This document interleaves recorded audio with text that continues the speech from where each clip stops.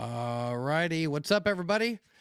It's MycoGeeky here, and Monday night, 9 p.m. Eastern Standard Time.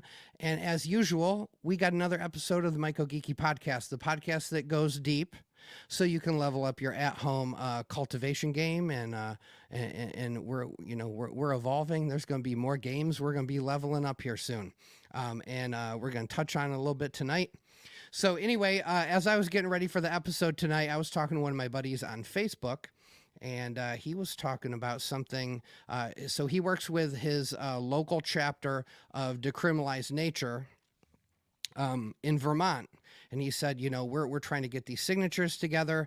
And I said, well, I'm going to drop everything and beg you to come on the podcast, and you can say whatever you need to say so that we can get some of your Vermonters. Is that it? I know I'm from Michigan. It's Michiganders, Ohioans.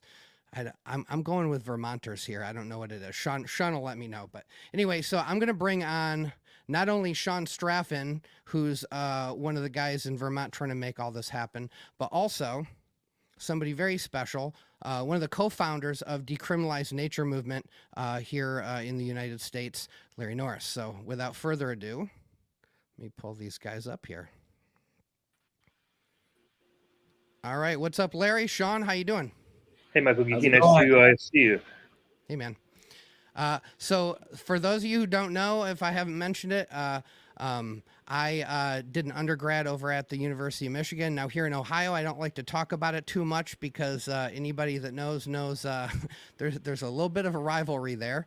But I'm definitely a proud Wolverine, and I found out when I knew Larry was coming on that he also did his undergrad there. So we've meandered the same diag and gone to the same hash bashes and probably watched the same Naked Miles a few times and. Yeah, sure. Yeah, drank at the same bar. So anyway, welcome, Larry, and thanks for being here, Sean. I'm going to just shut my mouth and let you guys tell everybody what's going on in Vermont. And kind of, Larry, you talk about what you're doing, your overarching vision of what's going on here. Certainly. You want to start, Sean? Sure. So in Vermont, we've been able to introduce 2 bills this year. We have a really short time frame to get as many signatures as we can here in the state. We have a change.org going on, and I believe the link is in the description. So the 2 bills are H439, which is basically a common sense bill that just says, plants that grow naturally on the ground and in the wild had no business ever being on the Controlled Substance Act. All it is just saying that these are to be removed, and we leave the heroin and cocaine and fentanyl and all that other stuff.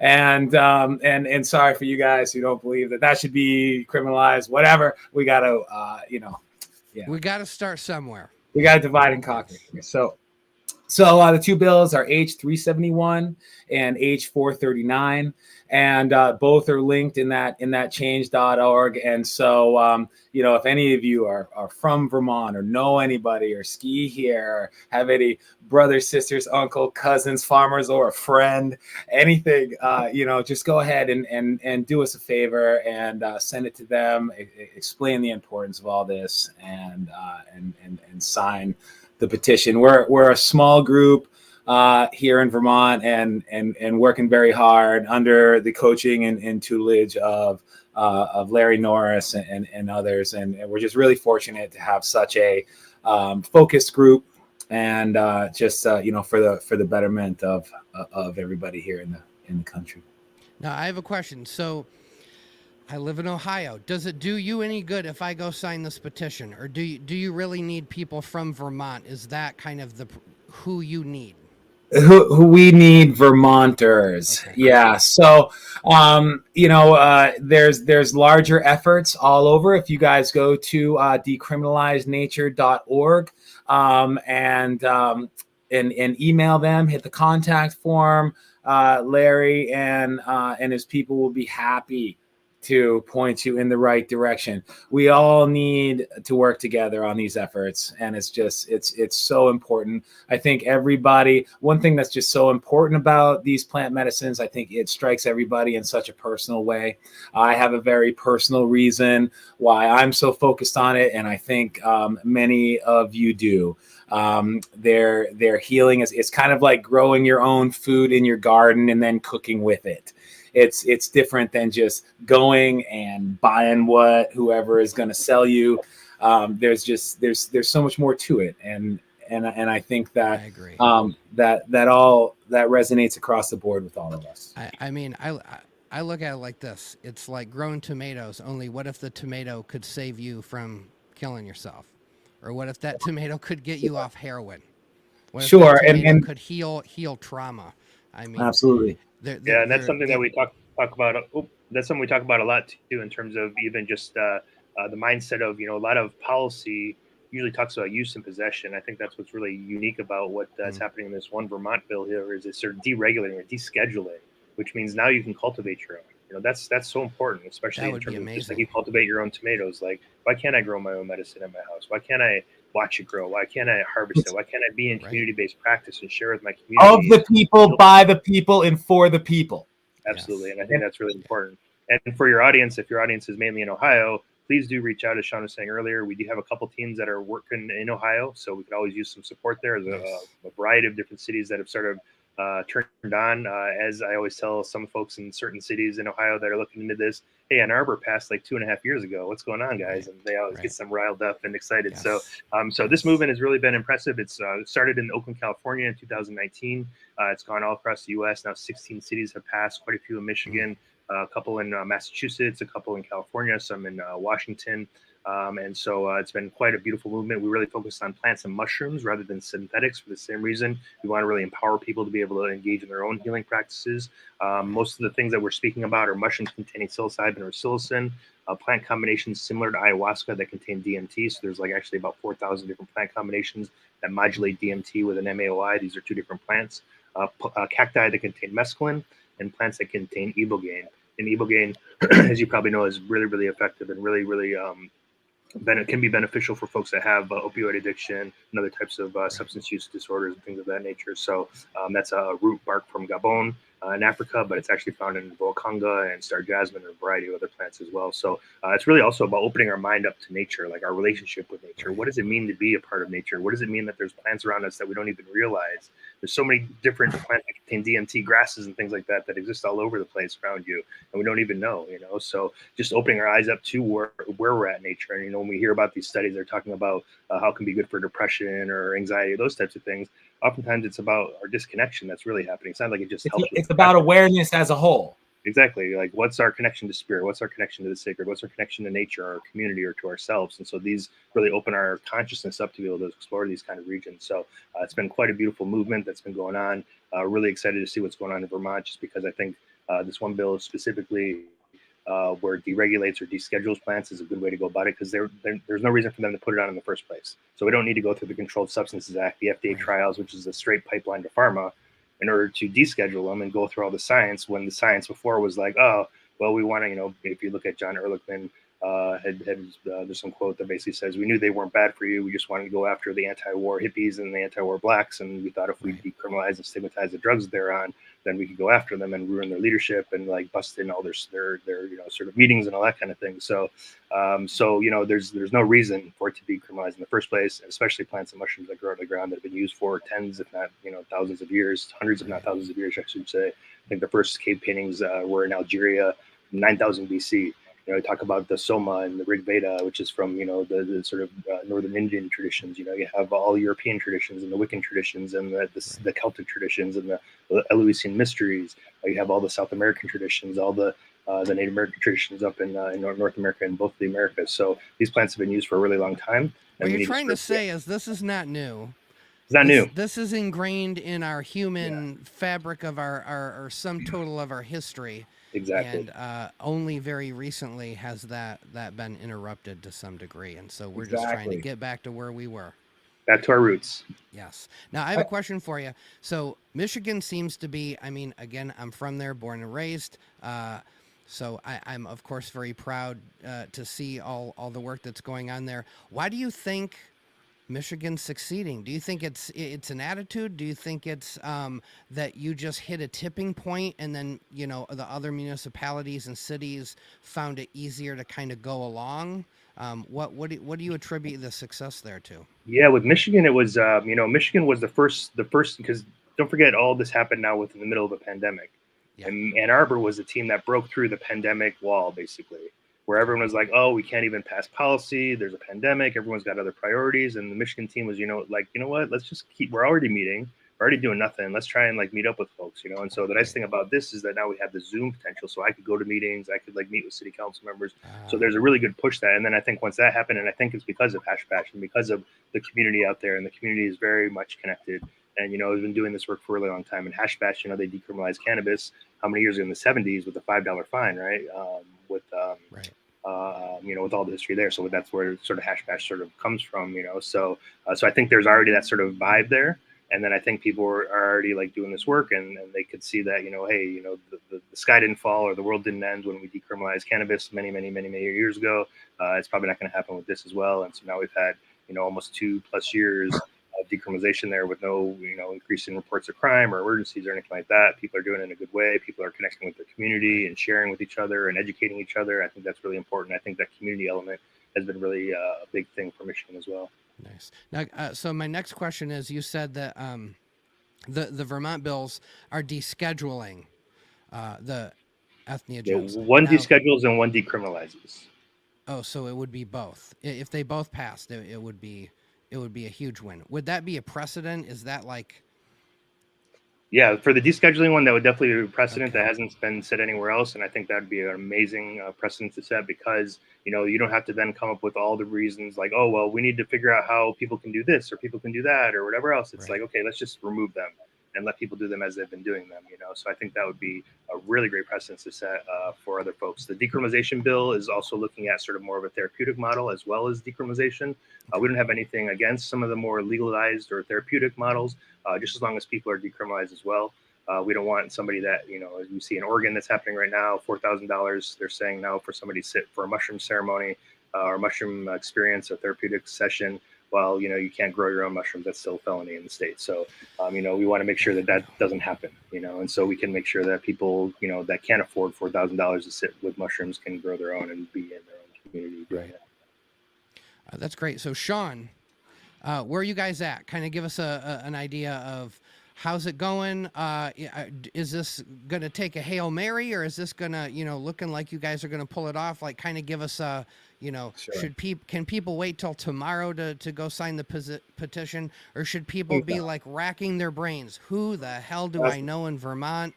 Yeah, that's what I would suggest, please. It looks like one thing that I was really impressed with is how many sponsors we were able to generate. So that's representatives in the legislature that we were able to speak to and get to sign on.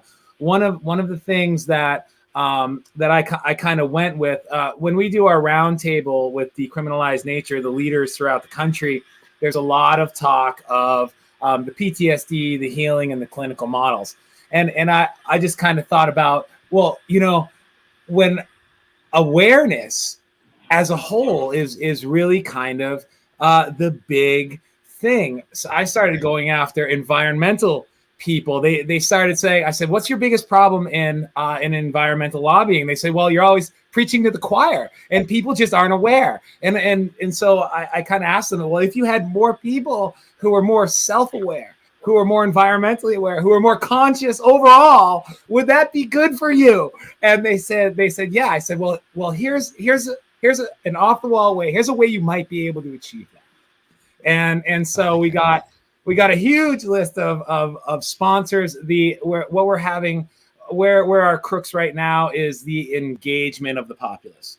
Okay. Right now in Vermont, it's still a little fractured as far as, believe it or not, social and the groups, and then and people where we've paid for promotions and everything else. Right now, we're still in just such a lost state where I'm feeling like people are signing more anonymously than okay. than they are and leaving their names and their towns and everything. So it's like we need as many, or they're just not really ready to get involved and put their name out there. And I understand, you know, I completely get it. It's you're up against the man, and it's really it's kind of a daunting place to be.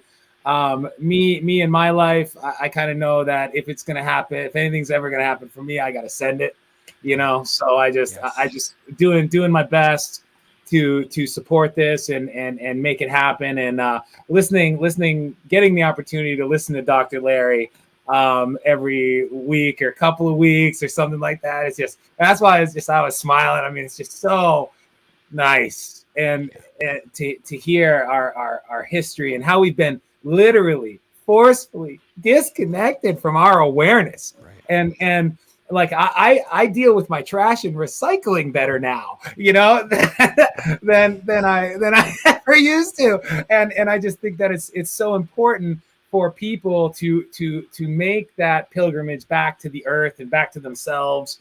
And you know, that's just what I think we're passionate about right now. And I knew that I was just gonna do this for as long as it needed me. As long as we got to do it. Yes. That's right. Well, thank you guys. So for everybody watching, this is through Friday, correct? Like everything's got to happen by Friday. Is that right? Yeah. So the 17th, we got word down that that if it's done, if we don't get a ton of signatures by then, it's not going to meet the policy committee. So one committee to another committee to another committee kind of thing. So, but you know what it's going to do, regardless, is it's sharpening our swords, sharpening our message, going to make it so people are starting to hear about it, even if it takes another year. I'm in. Yeah. You know, it's got me, it's got Larry, it's got, hopefully more people will join the fight and volunteer. I mean, I'm feeling a little in the wind here in Vermont. There were a few people, and it's just kind of been, it's, the struggle is real. Yeah. Okay. So everybody watching, everybody you know from Vermont, if you're in Vermont, I mean, the outreach is what we're looking for. You don't have to give anybody a dime. If you can connect with 5, 10, 15, 20, 50 people and just say, hey, all you got to do is go sign this petition. You don't have to use mushrooms. You don't have to grow cacti. You don't have to do anything. You just have to be cool with the idea that people who need access to this medicine and want to reconnect to some of these cultural practices and cultural medicines have the ability to do so without fear of repercussion and such. Freedom of choice. That's all we ask. Exactly. Cool. All right, guys. Well, thank you so much. Hopefully, maybe we'll have both of you guys back on here again, and we can get into the nitty gritty of what it really takes to make some of these movements take off and affect change in different places. So, thanks again, Dr. Norris, Sean. We'll talk to you guys later. Thanks, MycoGeeky. Appreciate it. Yeah. All right, guys. So, link in the description.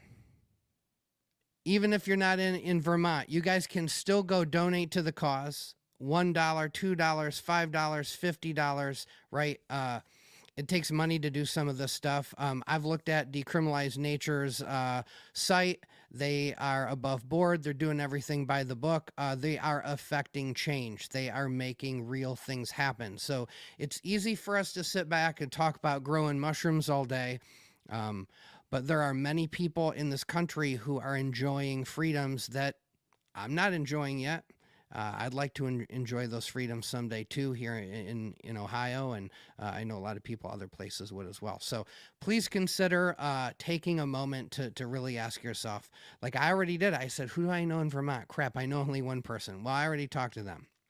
But I asked them to go talk to everybody they thought might be willing to sign the petition. So let's just try to make it happen.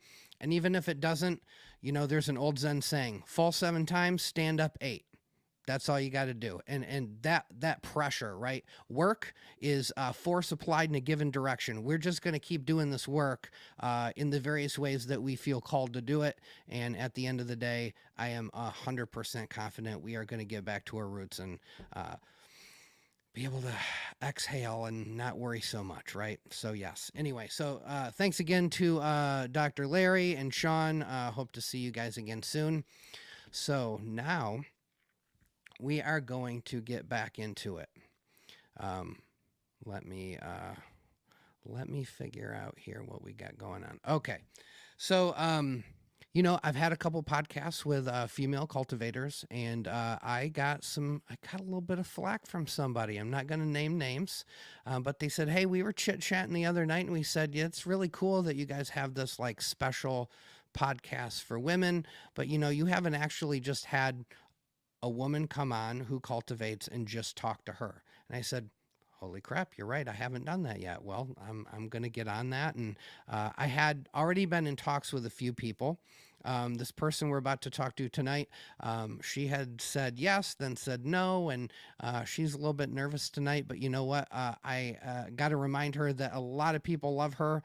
When I first set out to do the first female mycology podcast, she was the absolute number one person that when I asked female cultivators, do you want to be on? Okay, if you don't, who would you recommend? She was absolutely the most heard voice, or heard person when people gave me that feedback. So she lives in the depths of Appalachia. She forages. She cooks with mushrooms. She grows all sorts of mushrooms. She is absolutely a mushroom mountain mama. Without further ado, let me welcome to the podcast, Appalachian Ash. Hello. What's up, girl? You still nervous? Always. All right. Well, we're gonna get right into it, and there'll be no reason to be nervous. We're just mushroom loving people talking about mushrooms. That's all we're doing. I can do that. Great. All right. So your home base, if I'm not mistaken, is Facebook. That's kind of where you do your mushrooming. Yes, that's the majority of where I do most of my stuff. I'm trying to get more onto Instagram too. Mm-hmm. I never really thought of myself as somebody to get a hold of, so I never really set anything up like that. So you just have to kind of find me. You just gotta find her, guys. But yeah, I'm around. All right, so Facebook you call home. Maybe we'll start seeing you on Instagram. I can tell you, before I had people say, well, you got to have Ash on. You got to have Ash on. I had definitely seen you out and about and around. I don't know if we'd ever formally talked. Maybe before I had my MycoGeeky account, I think we talked once on my personal account before then, but it was me just asking like a simple question, which you were very kind and answered for me. But I do know that you help a lot of people out. You keep people on track. You get people growing. You also have a YouTube channel where you talk about foraging and cooking and all that good stuff. What kind of got you into that? Well, I've always loved cooking. I've been doing probably like herbalism and backyard foraging for about 12 years or so. Okay. And I like making my own stuff, canning my own foods. So I've always kind of been into that kind of thing. Anything I can do myself, I try to do myself. Wait, so you use your Presto pressure cooker for things other than mushrooms? Okay, look, it was really weird when I started growing mushrooms and they were like, get out your canner. And I'm like, to do what with? Like, we're making food? Oh, not only that, but the agar. I'm like, oh my gosh, okay, so are we making vegan marshmallows? What are we doing here? I wasn't sure. Funny. So I already had all the equipment. That was a bonus. So when I went to start growing, I had everything set up. So that was a plus. But yeah, so I started doing foraging for a while, and then I had a friend who grew up in West Virginia, in the only state that's fully engulfed by Appalachia. So she grew up there, and she kept posting these pictures of mushrooms, and I just became really interested, and I was like, hey, take me out. And of course she's like, for sure. So she kind of she spoiled me is what I want to say. Okay. My mentor completely spoiled me. I think the first time we went out, we must have found at least 12 different edible species. I just thought it was normal. 12? I thought it was you found normal. Them all. It was. You found everything. Yeah, I think we went out, it was July or August. So yeah, we found like all kinds of stuff, just grocery bags full of stuff. So that's what I thought foraging was. It wasn't until I got into the community and I was like, people don't find stuff like this. Like people don't bring home these hauls. Like, my mentor really is someone special. I absolutely adore her. Yeah, she just really, of course, after the first time we went out and we found all this, I was hooked, like addicted. Well, you're not the only one. Hold on. Sorry. Somebody was saying my audio's low. I don't know how my audio's low. Let me hold on 2 seconds. Yeah, I don't know. I think my audio's looking all right. I don't know what I'm doing wrong, guys. Hey, in the comments, let me know if you guys can't hear me. Let me know. I'll keep cranking this up, but I have it where it usually is. My voice has gone out. I'm going to be out of town for a couple weeks, and so I've recorded 6 segments in the last 2 days, and so I've been doing a lot of talking, and maybe it's just my voice. Maybe it's just going. I don't know. So anyway, sorry about all that. So is this mentor? You're hiding her from us, aren't you? You don't want to say who it is, do you? She's not in the community. Oh, okay. She's yeah. I met. Like I said, we were, my husband and her boyfriend were friends and we met organically that way.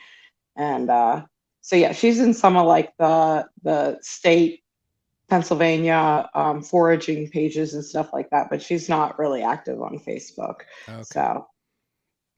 So, well, so I can relate to that a little bit. I had some relatives, not like my immediate relatives, but, I don't know, like an uncle's stepbrother and stuff like that, where when we got together, we're for family reunions, out in the middle of the woods in Western Michigan, we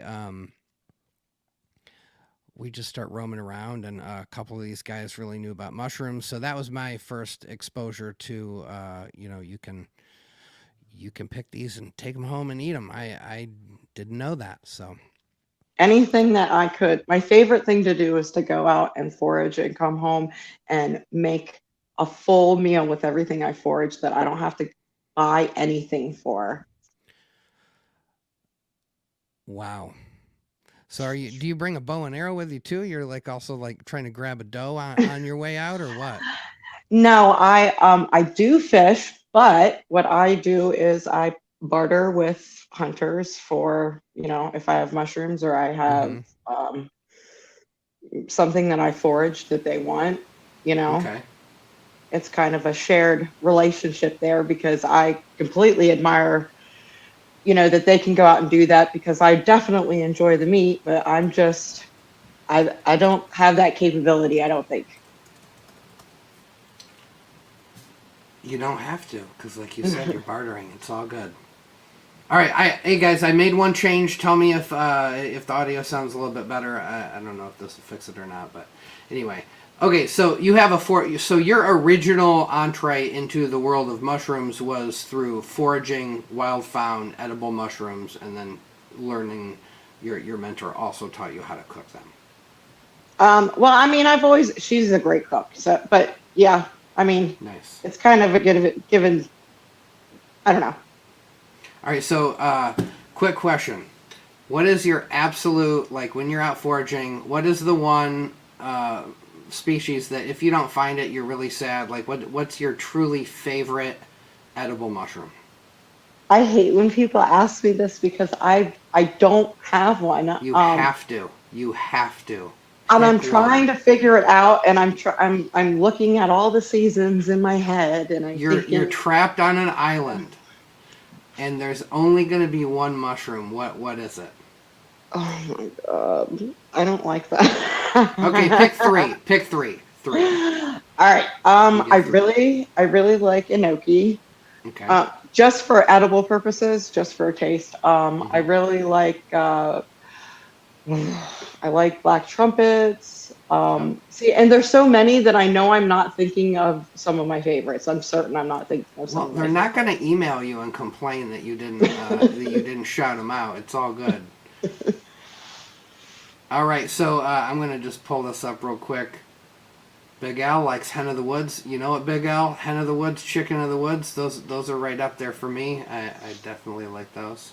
So just one thing about my mentor, okay? She is queen of Hen of the Woods. So she has taught me very well. Not last year, but the year before that, I found 179 Hen of Woods. Wow.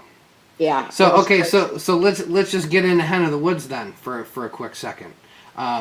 What trees do they grow on? What are the secrets to finding them? Like what's the topography? What's the lowdown? They like oak, and of course mushrooms like dying trees, and so you'll find them in older forests.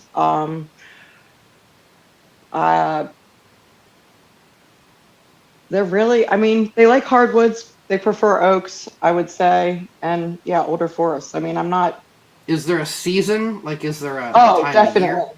I'm sorry, fall. Yeah, fall. Okay. So like September, October kind of area is when we'll start seeing them pop up.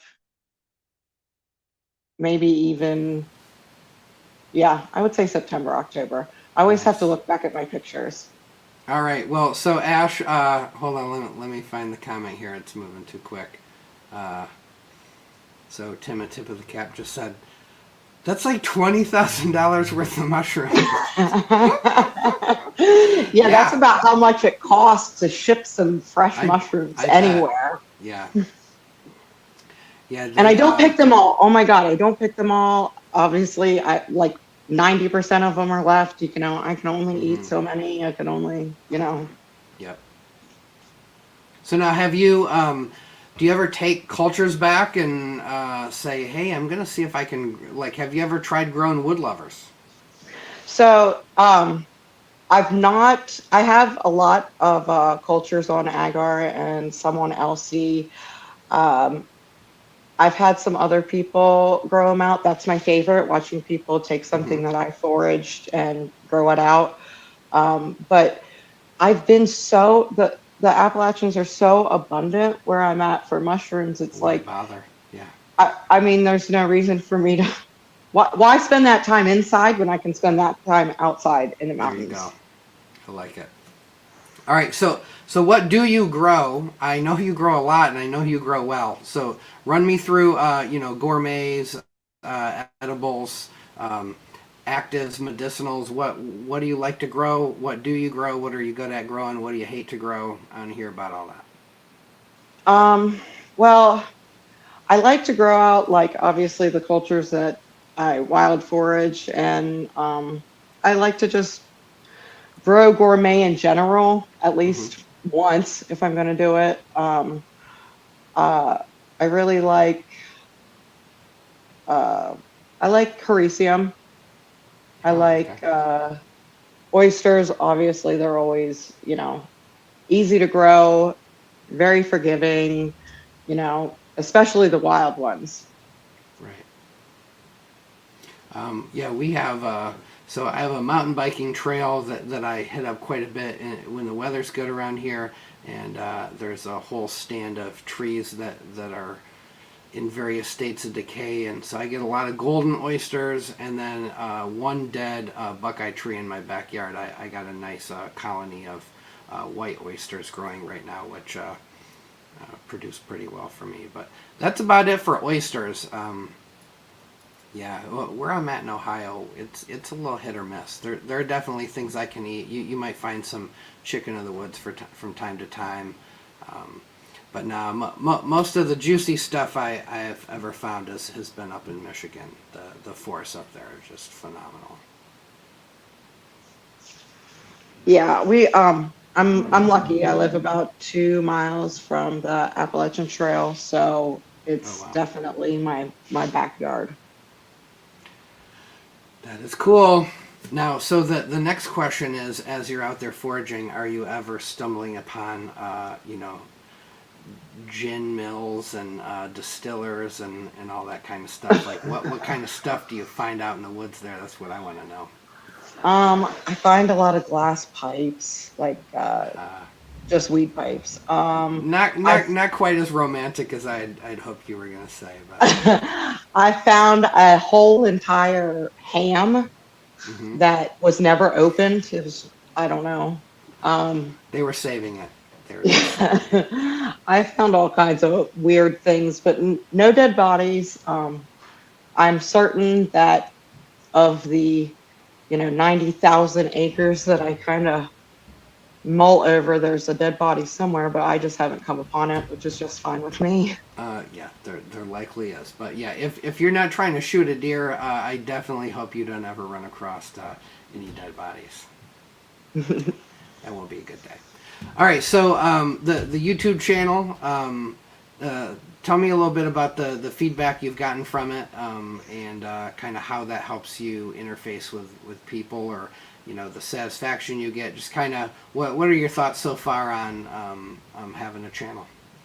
I guess kind of like you, it happened organically.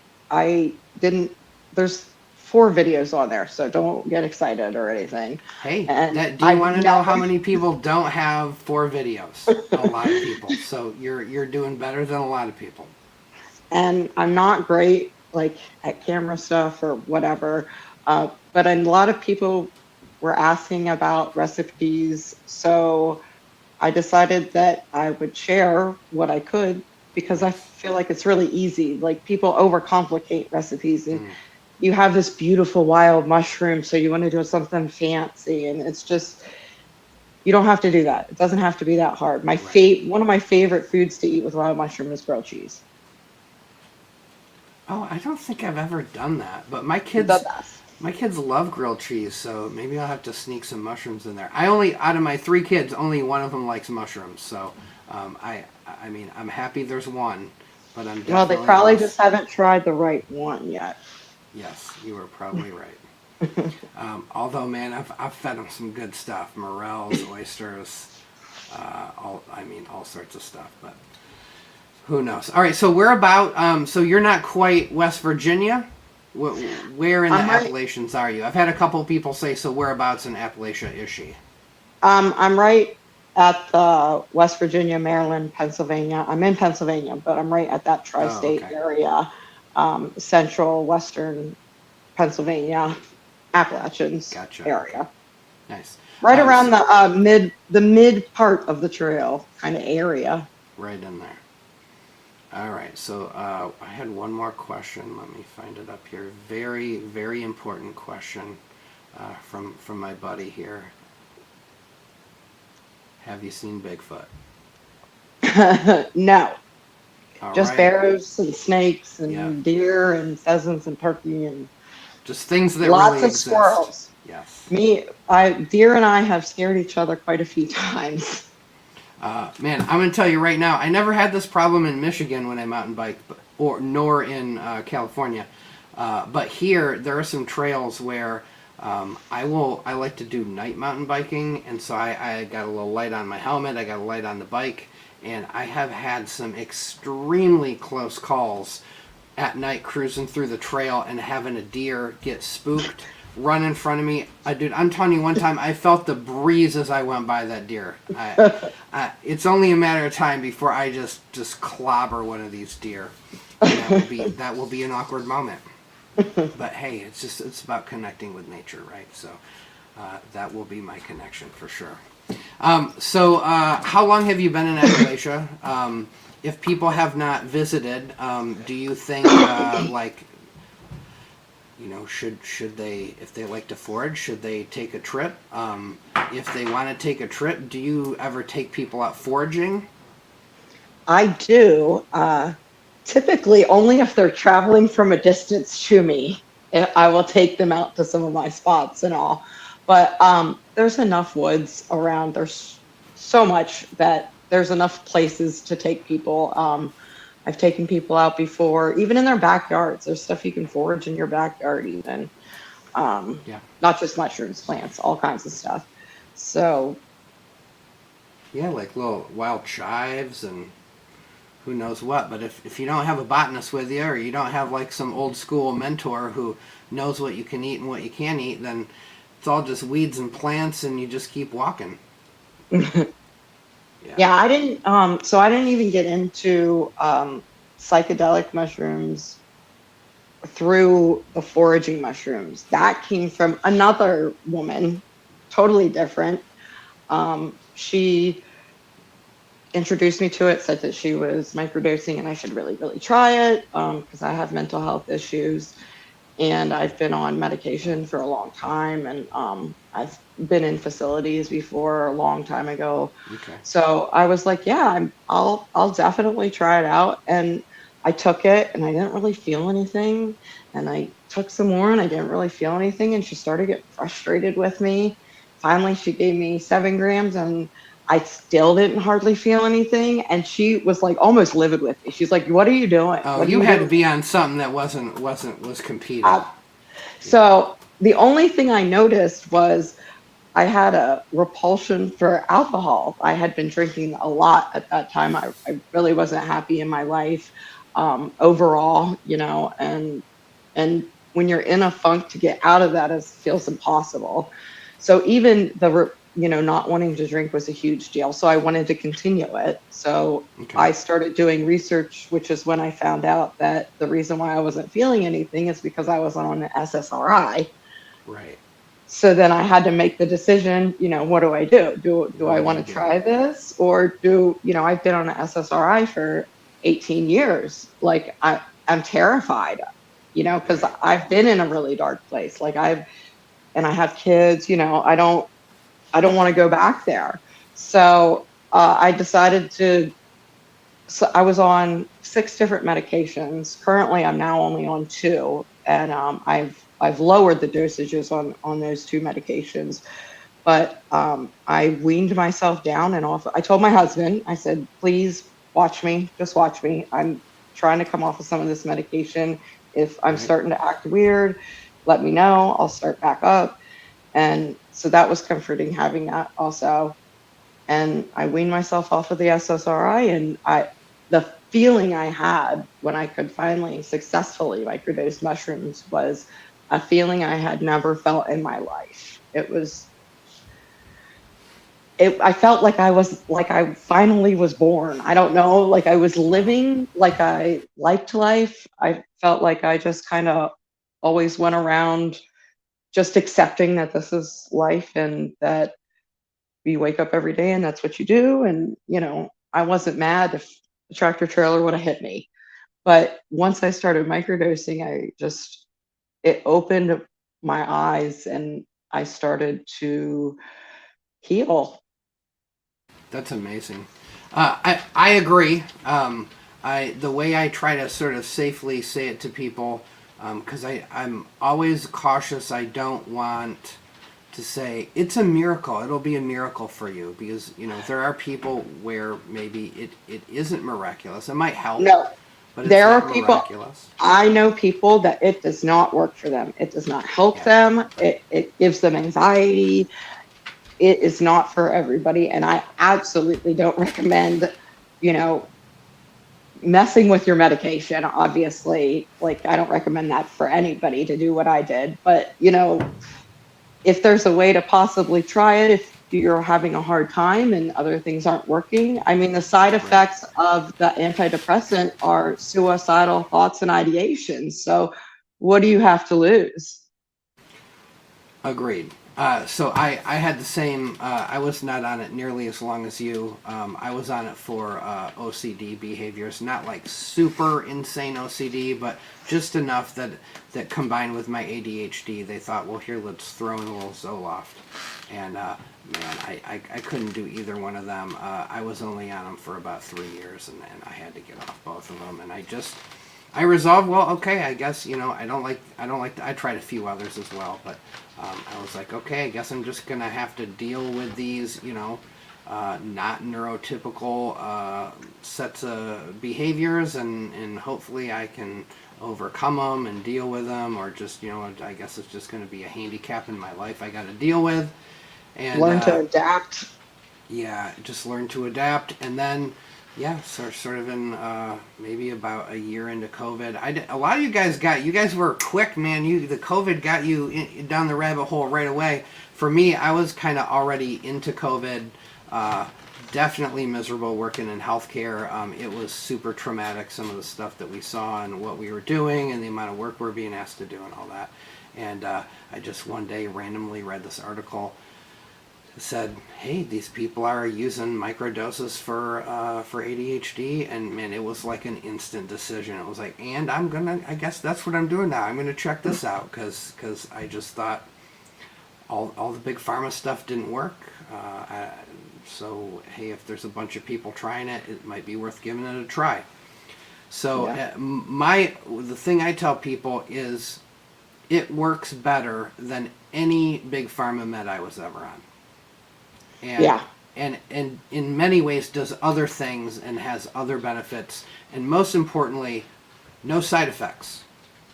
Like I don't feel less like myself when I microdose. I feel literally like I'm finally my fuller self when I microdose. I think the side effects that I have are not wanting to drink, and I guess, when I wasn't eating as much, obviously I wasn't drinking liquor, I ended up losing 80 pounds over like a year and a half. Nice. That's amazing.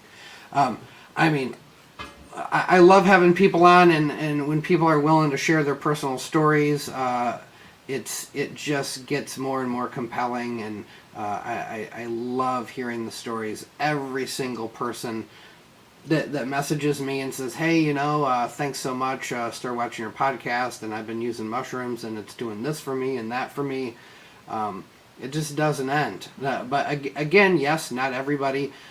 Some people absolutely ruin their lives when they're off some of the psychotropic medication. Like some people... Yes.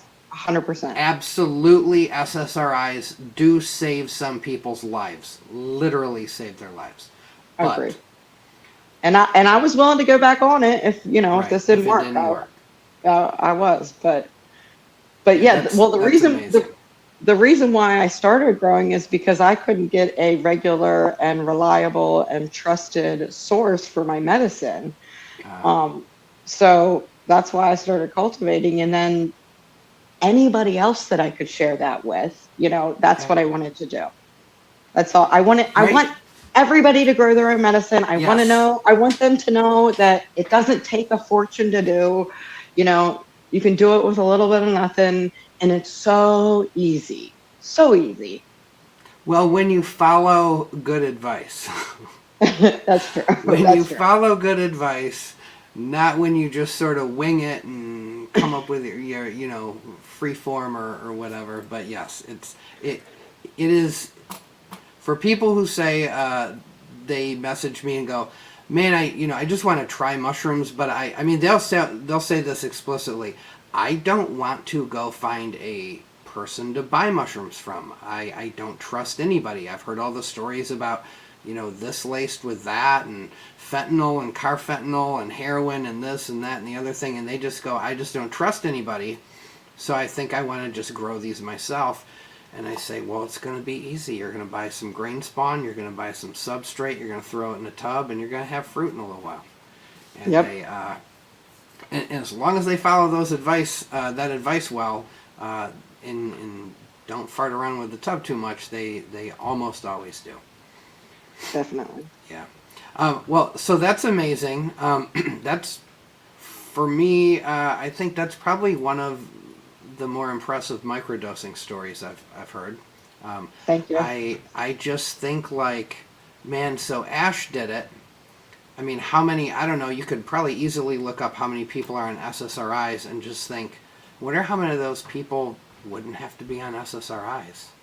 And could feel more like themselves, because I've never heard anybody on that stuff that says, oh yeah, I feel amazing. They all say, no, I feel what it's doing to me, and I know it's making me maybe a safer person, or maybe I'm getting more stuff done. But nobody says, oh God, I feel like an even better version of myself on this stuff. Right. I have total zest for life now that I'm on Zoloft. Yeah, things you never hear. Yes. Dude, that would be a hilarious ad for Zoloft. If they're like, we don't even care. We're going for it. We're just gonna. Man, ever since I started Zoloft, I just have an incredible zest for life. And no. Does not work. To me, it's kind of like when you know somebody and they go skydiving and they like it, and then they come back and they go, Ash, you gotta go skydiving. You gotta try it. It's so amazing. And then so maybe, and I've been in a similar situation. So you go do it, and maybe you convince 10 people to go skydiving, and you know what? Some of them are not gonna like it. They're gonna go, I can't believe you convinced me to do that. That was the worst experience of my life. But most of them go, wow, that was amazing. And that's kind of my mindset on psychedelics is you can't assume it's going to be a miraculous experience. Well, and if you should be optimistic. If it's not a great experience, it doesn't take long for that feeling to stop in comparison to taking some kind of pharmaceutical medication and taking 6 weeks to work, and then you have to wean yourself back off of it. So you're still feeling shitty for that time. Yes. Man, I'm going to tell you, just to be very transparent, between the Adderall and the Zoloft, and I was on extremely low doses. I wasn't on like base dose, but I was on very low dose of both for only a few years. I can say absolutely it took me at least 2 years to feel like my baseline emotional regulatory processes felt somewhat normal again. It took a long time. I remember even a year out, I was going like, wow, I could win the lottery right now and I don't even think I'd smile. Like all those receptors, just, natural dopamine production and feel serotonin and all that. Like it was just like, it was like, wait, what are we supposed to do again? The SSRIs have been doing all this stuff for us, and okay, I guess we got to get going here again. So and everybody's different. I know somebody here on the live chat said it took them a few months to get it out of their system. It was way longer than that for me. So me and those psychotropic drugs did not get along at all. But that's amazing, and that's amazing that you connected with that person, because theoretically, you could have just stayed cooking, your trumpets and your shants and hanging out with your mentor in the woods, and maybe never given it a try. Yeah. So I am very grateful for that friend that introduced me. That is for sure. That's awesome. I took the torch and I ran. All right. So, and you never look back. So let me ask you a little bit about your schedule. The one thing I struggle with is I do the very traditional, 1 day on, 2 days off. Every once in a while I forget, or every once in a while I'll do 2 days in a row. But for the most part, I try to keep it that way. And I do that because in my experience, if I take them every day, or some people take them Monday through Friday, they don't take them on the weekends. But in my experience, the 1 day on, 3 days off gives me the best benefit for that first dose day. The second day is pretty good. The third day is maybe a little bit back to the old ways, but then by that next day again, I'm kind of back on track. What schedule do you use, and what schedules have you tried? I am like the poster child of what not to do, I guess. But I feel like everybody's different. I always share the Microdosing Institute website and say, look at all the protocols, read all the protocols. It's trial and error. You're going to have to find what's right for you. I'm a bit of a different story, because I think the SSRI was still in my system for quite a while, because in the beginning I was having to take 0.5, 500 milligrams to microdose. That was my microdose, and I was doing that almost every day. if I would try to take a break by the second or third day, I could feel my mood. Like I could just feel like not wanting to do anything. Right. So then after a few months, I noticed that microdose didn't really feel like a microdose anymore. It felt a little more than that. Right, yeah. So I tapered down to 0.4.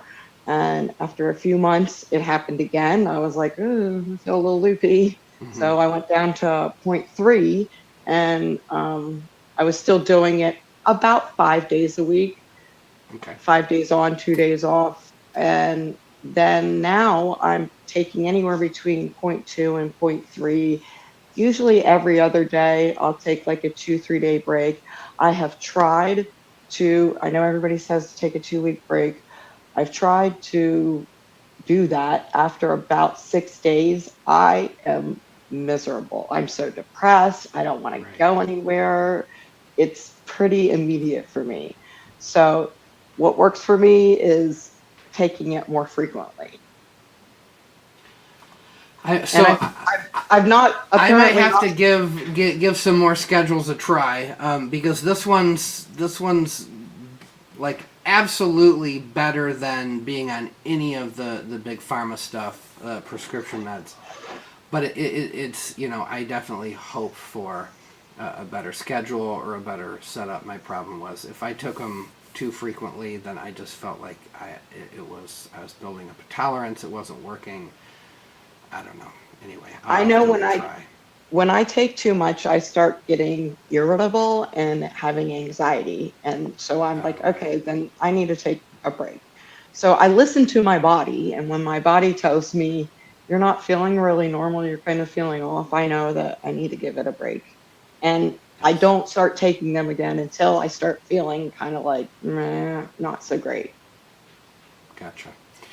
Yeah. So, I mean, I don't know. I tell people a lot that microdoses are kind of like the new cup of coffee, so I might not actually take them. Let's say I don't take them for 3 days, but I might do that specifically because I know then that fourth day I have some big event, or maybe I'm working 3 days in a row at work or something like that, and I, for whatever reason, I kind of shifted around a little bit here and there. But yeah, it's the day I dose, it's pretty wonderful. Like that's gonna be a good day. I mean, it's just I can't believe the effect that it has. But my thinking is better. Like I don't even have to go, geeky. We're gonna have a good day today. I don't even have to have that thought now. It's just like it's a dosing day. It's gonna be great. I have a great story I'm not home right now. I'm in California. So on the flight over here, I was talking to somebody next to me and we got to talking about microdosing, and the person next to them overheard it and they were like, oh my gosh, that sounds wonderful.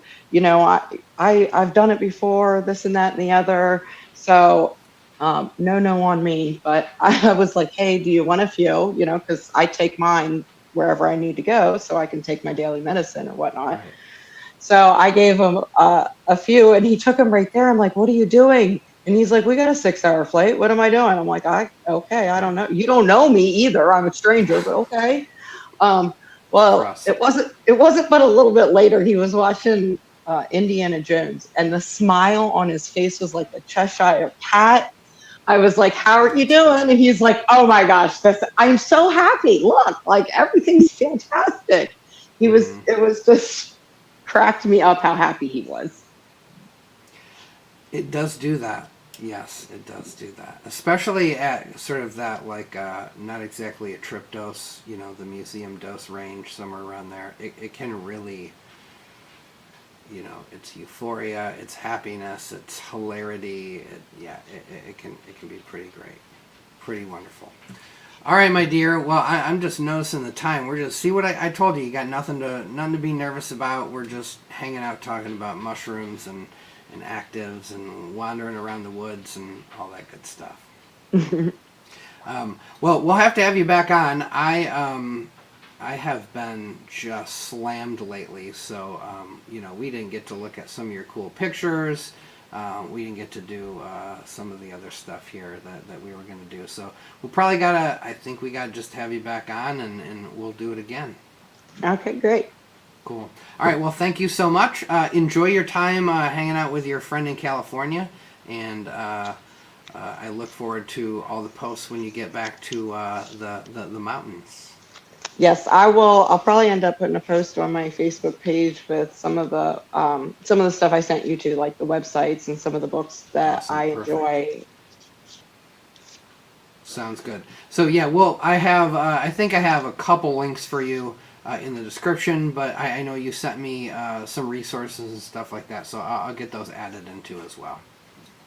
Awesome. Thanks. Great. All right. Take care. Enjoy the rest of your trip. Thanks. All right. Let me pull off the old overlay. All right. So that's Appalachian Ash. She is a super cool woman. You know, Mushroom Mountain Mama, hanging out in the mountains, just doing her thing. Super fun. I'm telling you, on Facebook, she's doing a lot of good, connecting with a lot of people, doing a lot of positive education and whatnot. So really glad to have her on. Next up, we are going to go back. We haven't done this for a little bit, but we're back. Here we go. Behind the Veil. Tonight, we're going to be looking at SV10. You know, if you're on Instagram and you're in the Cube community, you definitely have heard about SV10. You know, if you're on Instagram or Reddit, I don't know, maybe you haven't, but anyway, tonight's the night you get to learn about SV10. So, the creator, he and I, you know, we've been, you know, casual acquaintances, chit-chat buddies here and there for a good little while.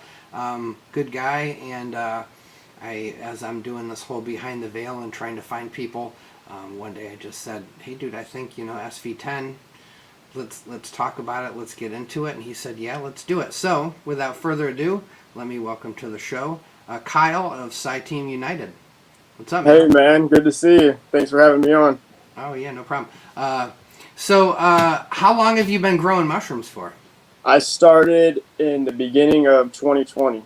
I had a car accident. I was hit by a car while riding my bike to my gym job, and it messed up all the L vertebrae in my spine. All the discs were herniated. So I turned to mushrooms for healing, and it's led me down this huge rabbit hole, you know, as for most of us. Nice. We're all seeking healing and becoming whole, you know. So that's interesting. You know, we recently did an episode with Dr. Rick, and he was talking about neurogenesis. He's talking about default mode network versus frontal lobe, you know, higher thinking and all this kind of stuff. And there's some new research where they're using it to heal traumatic brain injuries. So tell me a little bit about the effects that it's had on your injury. Like, do you think that it's actually helping? Yeah, so, like, I went through this huge rabbit hole, man. Like, I started microdosing the mushrooms and doing regular, like, heroic doses and stuff. Okay. And I also changed my diet to a completely, like, non-inflammatory, you know, basically a vegan diet for 4 years. Okay. And getting rid of all the inflammation in my body, along with the mushrooms, that also helps with that. Especially natalensis, they have the highest anti-inflammatory effect on the human body. Mm-hmm. So, according to my research, I could be wrong, but anyway, yeah, I anytime I would like take trips, I would set the intention for physical, spiritual, and emotional healing, and I could tell like during the trips, I would be shown that a lot of pain that isn't able to be healed in our body is caused by some kind of energetic blockage. All right, cool. So between doing some spiritual work with mushrooms and just your own work and diet, I mean, man, I can tell you, I am not vegan. I have tried to be vegan on a couple occasions. Butter is always, you know, the nail in the coffin for me. You know, I love meat, but I can give up meat no problem. I am actually not vegan anymore. Okay, see, it got you too. Yeah. Yeah. And it's butter, right? That's really, man, dude. Until you don't eat butter, you don't realize how amazing butter is. It just, yeah, it's the secret, man. I still haven't really eaten much butter since I've been eating animal products again. It's usually just chicken or fish. Oh, okay, all right. Yeah. So, all right, I'm different. I like butter. What can I say? Yeah. But yeah, Can't blame you, man. the benefits are huge. I mean, honestly, you know, we like to describe ourselves as omnivores, but realistically, if you look at us anthropologically, we weren't eating a lot of meat until we figured out how to, you know, overhunt mammoth and stuff like that. And how to make all that. Yes, exactly. So all right, so let's get into SV10. It's definitely a pretty well known cultigen on Instagram. I have grown it. Many people have grown it. So let's get into the history of it. Let me pull up a presentation here. All right. Let me pull off the overlay. Okay. All right. So let's hear just like the birth of SV10. So the birth of SV10 is I got a chode wave culture from Uncle Jay. Y'all might know him. Him on Instagram as Northwest Styles Mycology. And I took a 2.5 gram experience, and it like changed my whole perspective on the strength of what cubensis can hold. You know. Nice. Yeah. But the thing about chode wave, it was brutally strong, and it would give me sort of anxiety with it. Right. Oh, okay. Simultaneously, I was growing out Yeti, and about a week or two after I did the chode wave, I took some Yeti. I took about 3 grams, and it felt like I was being cradled by God, if you will. You know, like sure, pure bliss, like complete healing, all of that. So I was like, if I could make a mushroom that can be very potent, but still not make you anxious or panicky, can have you pure bliss and calm, then that was my motivation for it, because I wanted to give myself and people as much healing as they could get without the least amount of negative drawbacks, you know? Right. Because I know so many people in person that they hear about any negative side effects and it turns them off too. Right. Yeah. So I did this for myself to further my healing and to make it more appealing for other people. So that's interesting, because I thought what you were supposed to do is come up with a cool name and then figure out what you would cross to justify that name. But you actually just said, well, I like this fruit, but it's a little hardcore. Yep. But I like some of that aspect of that. How can I maybe breed it with something that might possibly result in less anxiety, a better experience? So you picked Yeti. Yes, sir. Okay. And you had, your experience with Yeti was you didn't get any of the anxiety? No anxiety whatsoever. It was pure bliss from the minute I took them until the minute I came down, and it had the most gentle and like light come up that I've ever had. So, all right. So what, I know you actually use several of the breeding techs. Which breeding tech did you use to breed this initially? I did serial dilution for this one. Okay. And it was a very tedious and annoying process. Yeah. It took several months. Right. But this tub here was T0 of my first ever pair. Gotcha. All right. And of course, you could see it had some kind of bacterial infection. But I was just happy that I was successful with it, because it took me so many times of contaminating grain and messing up the pairing. Mm-hmm. You know, like it just took forever. I kind of I'm done with serial dilution now, because I talked with you and you told me about Edge method, and I'm just going to use that from now on. Yeah, I mean, you're still, you know, whether you do, you know, Wombat basically just figures out how to get some spores in a syringe and squirts a little bit on a plate, and if there's too many spores, he adds a little bit more water until he likes how much, you know, a low spore count, and then you just knock that up on some plates. But yeah, it doesn't have to be quite as formal a process. Ed has mentioned that, you know, the reason you do that is for counting colonies, and there's sort of like a time and place when you do specifically need to use that formal protocol. But all you got to do is figure out how to get just one spore to germinate away from other spores, and and go from there. So, but anyway, now you have the experience, and so you've grown this tub, and I do see maybe like some, I would guess maybe some Pseudomonas or something like that. But you still got a full tub of fruit here. So then from that point, what did you do? So I took swabs of my few favorite phenotypes. I picked 16 originals. Oh, wow. Picked 16 out of that tub, right? Okay. I'm only left with 3 now, but for a while there, I was trying to juggle 16 phenotypes, and it became horrible. Okay. But yeah, that's a lot. What I did was I ran the swabs, and luckily I got a plate, a pin on a plate, and I isolated that, and then I grew that out for the next slide. Okay. Which was the first phenotype that I isolated, which was the 10th one. Okay, so this right here is the SV10. Yes. All right. This was the first grow of it right here. All right, so give me, I am not French. I don't know if you are, but I know Socu Volante sounds kind of French to me. What does it mean? Where do you get that name? I am not French at all, but me and my wife, we just decided of a name to call it because the first tub, whenever we, first tub with the second flush, when we let the cap flare all the way out, they look like flying saucers. And Socu Volante is French for flying saucers. Ah, okay. Okay, that's cool. I like it. All right, let me... it's been a journey, this one. All right, so this is the first isolation. So this was a clone culture from that first tub. This was the number 10. And then here is... now, so is this still...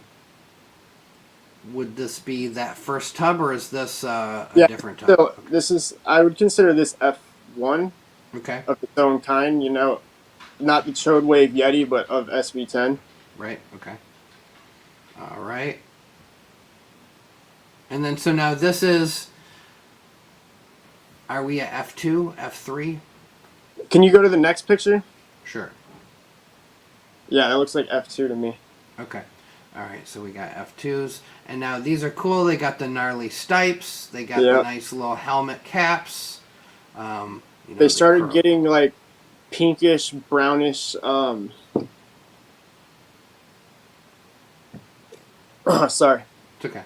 They started getting like pinkish, brownish nipples on the caps during F2 and F3. I was trying to get it to stay, but it didn't stay after. You just didn't ask nicely enough. You just have to be even. You got to bribe them sometimes. Yes. Yeah, man. I mean, I was trying to get it to stay, but after when the 4th generation came out, they didn't have it anymore. I was like, but it's all good. They still. So yeah, these are like the little like inverted, the innie nipple caps here. Okay. And then this now, is F3 right here. Here they look, the caps look almost yellow. Yeah, they started doing different things. I don't know why. It's pretty cool to me, like I like how some of the caps even fuse together. Made me a little heart. Nice. Oh, and then there's like a little fused cap. Yep. Very cool. Oh, but they do open up if you let them go, huh? They will open up. Nice. They won't go completely inverted, but they will open. Nice. I'd say about 80%. This is F4. Okay. Yeah, now these are starting to, fill a tub, look really cool. Yep. I happen to be, when it comes to drying fruit anyway, I'm a fan of like a more smaller, tighter cap. So, this looks like pretty because cool. with my dehydrator, I find a lot where I have to like cut them and down the middle. Yeah. Make them fit. This is where they're at now. This is actually F8 right here. Awesome. So yeah, and it seems like they've kind of settled into a color. Yep.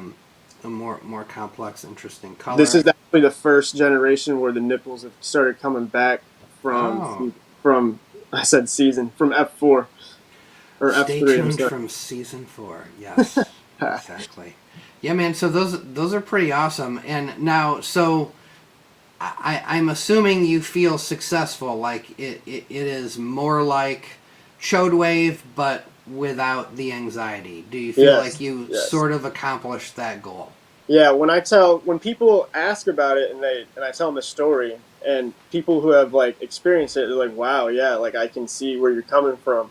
Nice. So it really warms my heart to see it, like to see other people corroborating what I'm doing, you know. And well, I just love that you. I mean, so the only other person I've heard talk that way was Dr. Rick, where he was saying, you know, like, I notice this one gives me anxiety, so I stay away from that one, and I actually think it's from the biosystem that's in it, and so that you were sort of, but you know, you're motivated that way because you came into this with an injury, you were trying to treat the issues of the injury, and but then simultaneously you don't want to be anxious all the time. So yeah, the fungus really opened me up to a very intentional way of living. You know, like everything I do is with intention. I like that. Well, I remember when we were talking about doing a pre-production meeting, and you were like, "Well, Sunday I'm doing all my meal prep," and I was like, "Oh yeah, he's got his shit together." Yes, it's work, man, but it's all worth it. Yes. Yeah, I've done that a few times, man. I don't know, for whatever reason, I'm like a hang loose. You know, it's so hard for me to be super structured. Every time I can pull it off, you know, the benefits are there, but yeah, it's a little tough. That's why I force myself to do this podcast every Monday. It's like I have to force myself to do it. It's definitely a good thing for the whole community, man. Like, it's something we all need, something to bring us all together. So it's really dope. That's been the best part, I think. Yeah, it's been fun. Making the world smaller, you know? Yes, making the world smaller.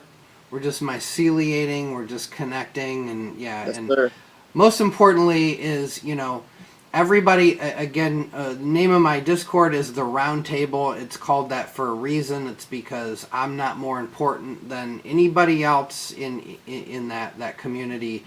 The community is what's important, and everybody deserves to be there. Everybody's valid. Everybody has a point of view. You never know that guy you're making fun of, if in 3 months he goes all in and he might, you know, have the next toke. You never know. You don't know what people are going to do. That toke looks really awesome, by the way.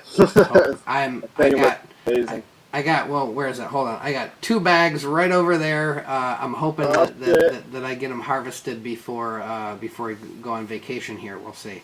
Nice. All right, so let's move on to another one that I have grown, and I'm not gonna lie. This is I've only grown SV10 and this next one. I definitely like this next one. It's when I first grew it, I think I thought it was going to be something different, and then in hindsight, I was like, no, that was like a slam dunk banging little cultigen. So anyway, I'm talking about APETar. So let's pull it up and let's tell that story. Right, yes, sir. Let me pull off here. All right, hold on. I got to start at the beginning probably. All right, so APETar. How do we get going? APETar was my very, very, very first cross. I did the ghetto swab method. Okay. As you know, anybody who's attempting their first ever cross would probably do.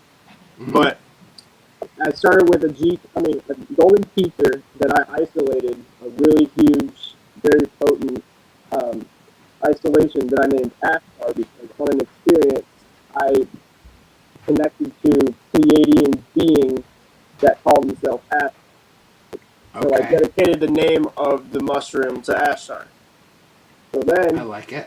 A couple months down the road, I decided to try cross-breeding. You know, I did a little bit of research, and I crossed it with albino penis envy, which was my first ever time growing albino penis envy from Foreworks.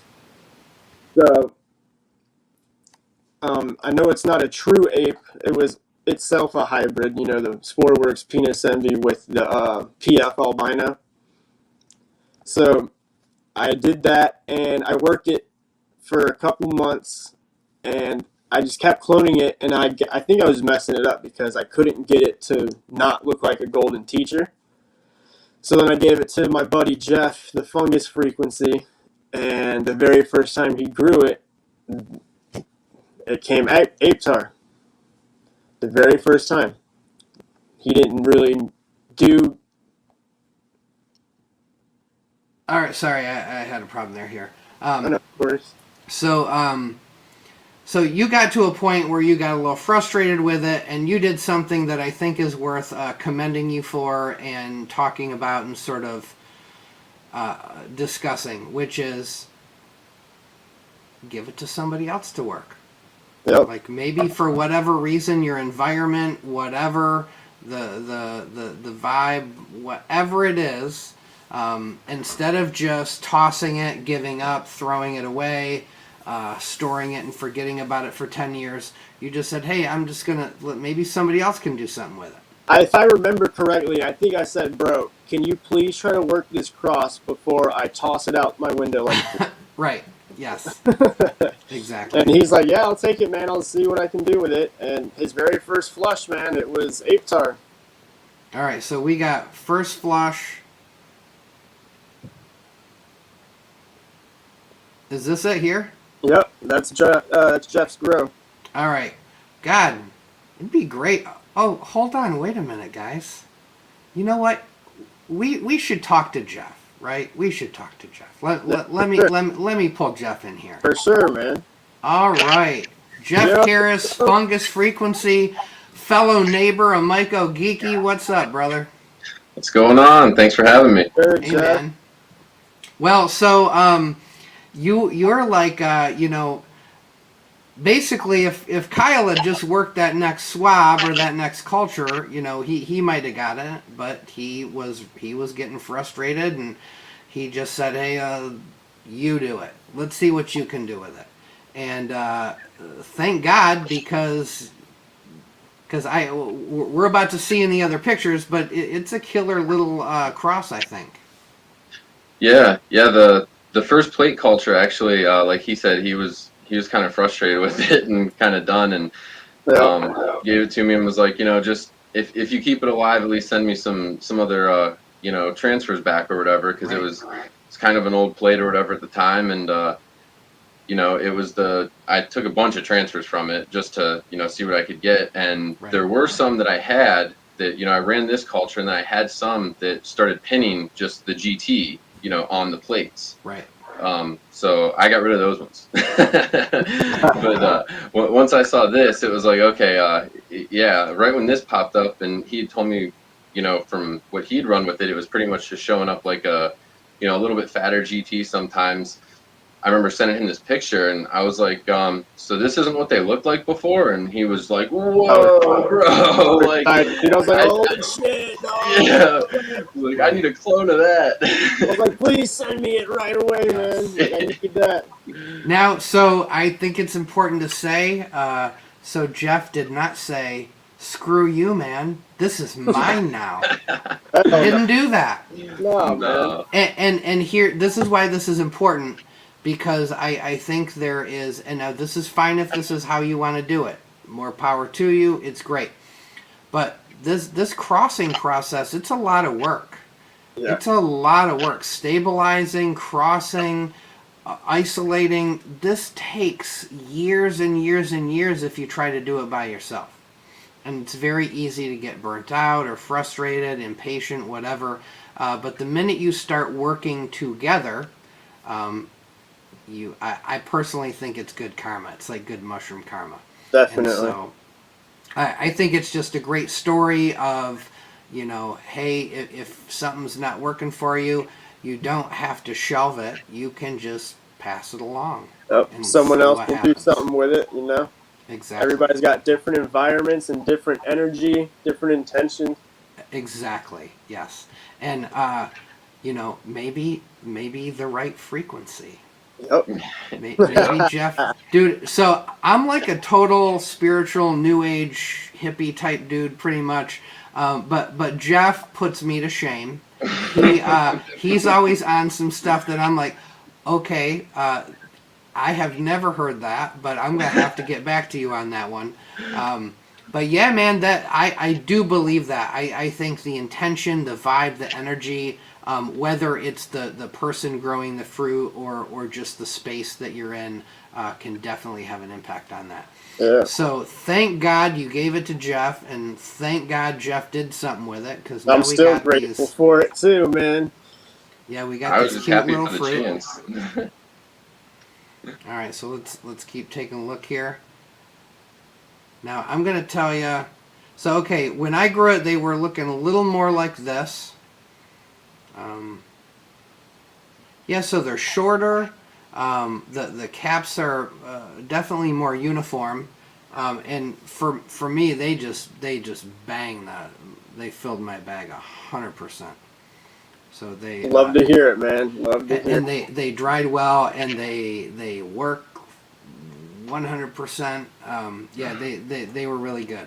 So anyway, when I finally heard the story, I thought, oh my God, this is so cool. This is like the metaphor of what I'm all about right now, as far as working crosses. And my buddy Ed, he can't keep up. He's just, if it walks past him, he's crossing it, dude. It's just like, if he looks at it, he's got to cross it. I don't know anybody's got as many crosses as this guy going. And so he's just sending me constantly, like every other freaking day, I got another batch of crosses coming in. And so I'm just like handing them out left and right to people. And that's kind of where I'm at. So yeah, so that was great to hear that story. It kind of reminds me of like Michael Mama Angela with Shakti, only the ending ended a little bit better. Just two guys being nice to each other, getting along, not trying to make it all about money and fame and credit and screw you and all that kind of stuff. So I just want to see the world heal, man. Exactly. I love that. All right, well, Jeff, we'll have Jeff on because he's my neighbor. I've hung out with Jeff before, and we definitely got to have him on. But I wanted to at least have him sneak in here and be a part of the APETar story. So thanks for being on, Jeff. I appreciate it, and we'll see you soon. Thanks for having me. All right, brother. All right, so let's move on from APETar, and last but not least, we got some Stargate. Stargate's one of my favorites, man. It's one of the people's favorites too. All right, sorry, I started at the end, of course, because that's what I did. No worries. All right, let's try that again. All right, so tell me the story. So first off, what crossing method did you use for this? So I used serial dilution at first. Once I got the monos, I kind of did my own thing with them. I didn't pair them on a plate.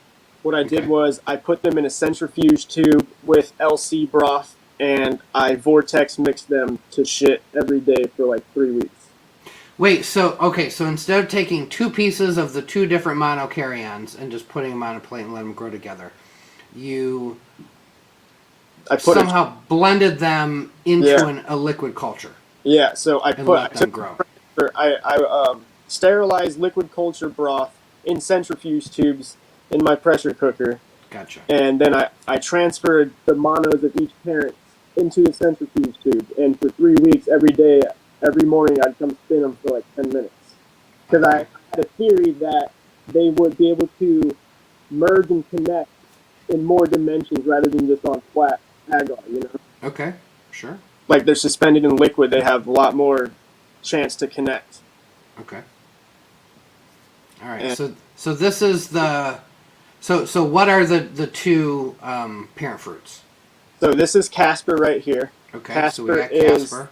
The offspring of Ape and Shakti. Okay. I mean Max Shack, I'm sorry. Blech. Okay. And that's from Wesley Looper. Yes, Wesley Looper, my okay. homie. And then this is SVPE. For lack of a better name, I took the Sporeworks PE and I did a cross with SV10. This I just did a quick ghetto cross. It took me 2 generations to get what you see here. Okay. And yeah. So those two are the parent fruits. Yes, sir. Okay. And then that was one of the first offsprings from one of the first flushes. Okay. I only got, this was actually the only tub I got. This is actually second flush. I couldn't find the picture of the first flush. Okay. But I made 4 tubs of this at first, and this is the only one that made it. So I took all the phenotypes. At least some made it, yes. Yeah. I took 2 phenotypes. One is Dark Star, and the other one is Stargate. I just gave them different names to make it easier for me instead of numbers. Oh yeah, because dude, with your SVs, you were starting to get some ridiculous. Numbers, dude. Yeah, dude. Yes. I thought that would be easier to organize it, but I was wrong. All right, so let's keep going here. All right, so now we're starting to look like something. So this is the stabilized Stargate. This is actually F2. This was actually grown out by Schmyco Lotus on Instagram. Okay. I wanted to use their picture because it's better than any other grows that I've seen. This is the only Stargate grow that I've seen completely fill a tub. Nice. So the culture still has work to do, but I like to release things so people can do their own work, like isolate their own phenotypes and stuff. Like, I'm not really trying to take any credit here. I just want people to do what they want to do,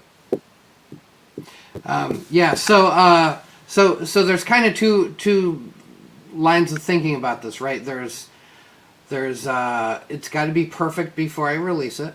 Yeah. Which, if you're trying to make a lot of money, or that's just the business that you're trying to do, or the reputation that you want to have, then by all means do that. Although we all know that mushrooms still do whatever they want to do from time to time, and I don't know this concept of stabilizing. To some degree, yes, I think it can be accomplished, but at any given time, the mushies can have other thoughts. So the other approach is, at some point in time, you realize it might be of benefit for the development of the cultigen to get it out and get more people working it, and that's another way to approach it. Yeah. I feel like the more people that I can have work on just one culture can bring out dozens of different phenotypes, like the possibilities are endless if we all put our minds together, like I don't see myself separate from other people in the terms that we can all do this together. All right, man. So so we got do I have one more picture? Yeah, okay, so there's that picture. Yep, I like these. Now, how do these compare, in your opinion, as far as actual trip effect? As compared to, like, SV10? Yeah, just as compared to whatever you want to compare them to. These ones are way stronger, dude. Like, okay, so they're more like a chode wave, or yeah, like more like a Casper. I've had many people tell me that a 0.8 had them gone for hours. Okay. So I was like, oh shit. Nice. SV10's a little more mild in the sense that I could take like 1.5 grams and go to the gym, Gotcha. Yeah, so just so you know, Kyle, we're having some audio issues with you. Guys who are watching, I know it's hard to listen to the crackles and the static. I've literally had two pre-production meetings. We had none of these issues. This is just what happens when you go live. This is why a lot of people don't do live broadcast podcasts. So this is sort of part of the deal. I can always just start recording these, pre-recording them, and for the sake of audio perfection, maybe that's what the audience is demanding. But anyway, I like going live. I think it's fun and exciting to do it, and that way it sure doesn't feel scripted, because this is as much notes as I got tonight for the podcast. So I do preparation work, but I don't exactly. I don't really script the whole thing out. So this happens. Sometimes we have audio problems. It's happened with Ed towards the end of the show, where everybody wakes up and starts watching Thai soap operas, and all of a sudden his internet goes out. Just part of the deal. I like it because it feels less sterile. It feels less hyper-produced. It feels more like Johnny Cash than In Sync, which is where I'm at. So anyway, the total vibe we got going, man. Yeah, I apologize. Kyle didn't. He's not doing anything to make the audio not work. Just for some reason, something's not working out, and we'll get it figured out another time. And you're not anyway. No, we can hear you, but there's just like a clipping. There's like a little staticky clipping that's happening. Uh-oh. Yeah, so anyway, we're doing our best, guys. Someday if sky's the limit, and I got 5 guys running production on all this, and all I have to do is look pretty, then things will be different. But for now, this is what we have to deal with from time to time. So. Anyway, well, thank you for coming, Kyle. For sure, man. I'm thinking we sort of went long today. We had the guys from Decriminalize Nature come on and whatnot. So maybe in the abundance of caution as far as the audio goes, we will bypass the ethics segment, and we'll have you on again, though. Don't worry. Cool. Yeah, no worries, man. So we'll do some more of that stuff a little bit later, and until then, I'll wish you well, and can't wait to see what you cross and come up with next, man. Thanks, brother. If you want to tell everybody about the sale. No, Kyle, you're gonna tell them about the sale. Awesome. So I'm dropping a sale for everybody, 30% off on anything. For just come to me with the code Geeky. And you can have whatever you need, 30% off. So there's no secret handshake. You just have to use the word geeky. Okay. And I will be expanding my outreach to Discord starting tomorrow. Nice. So anyway, but for now, Instagram. So you got to be on Instagram. If you're not, as soon as you get your Discord profile and all that set up, we can. I will let everybody know for sure. Well. Yep. For sure. Cool, man. All right. Well, that's pretty great. 30% off, guys. If you want to give any of those cultigens a try, you just hop on Instagram and reach out to Kyle, and he can get it to you. Anyway, awesome. All right. Thanks for being here, and we'll talk to you later. Much love, everyone. All right. See you, brother. Have a good one. All right, guys. Let me. Technical difficulties. I love it when things go perfect. They just don't always go perfectly. Maybe in 3 years it'll all just be a well-oiled machine, but until then it's going to be imperfect, just like all of us. So anyway, I think so we were going to do another ethics powwow, but I think because the audio people were having problems with the audio, I don't want to keep being plagued and worried about the audio and all that kind of stuff, so we'll just do that another time. It's okay. I can hold on. I was supposed to have Ed on, but not yet. So I got to find out where Ed's at. I might have to wake him up over in old Thailand here.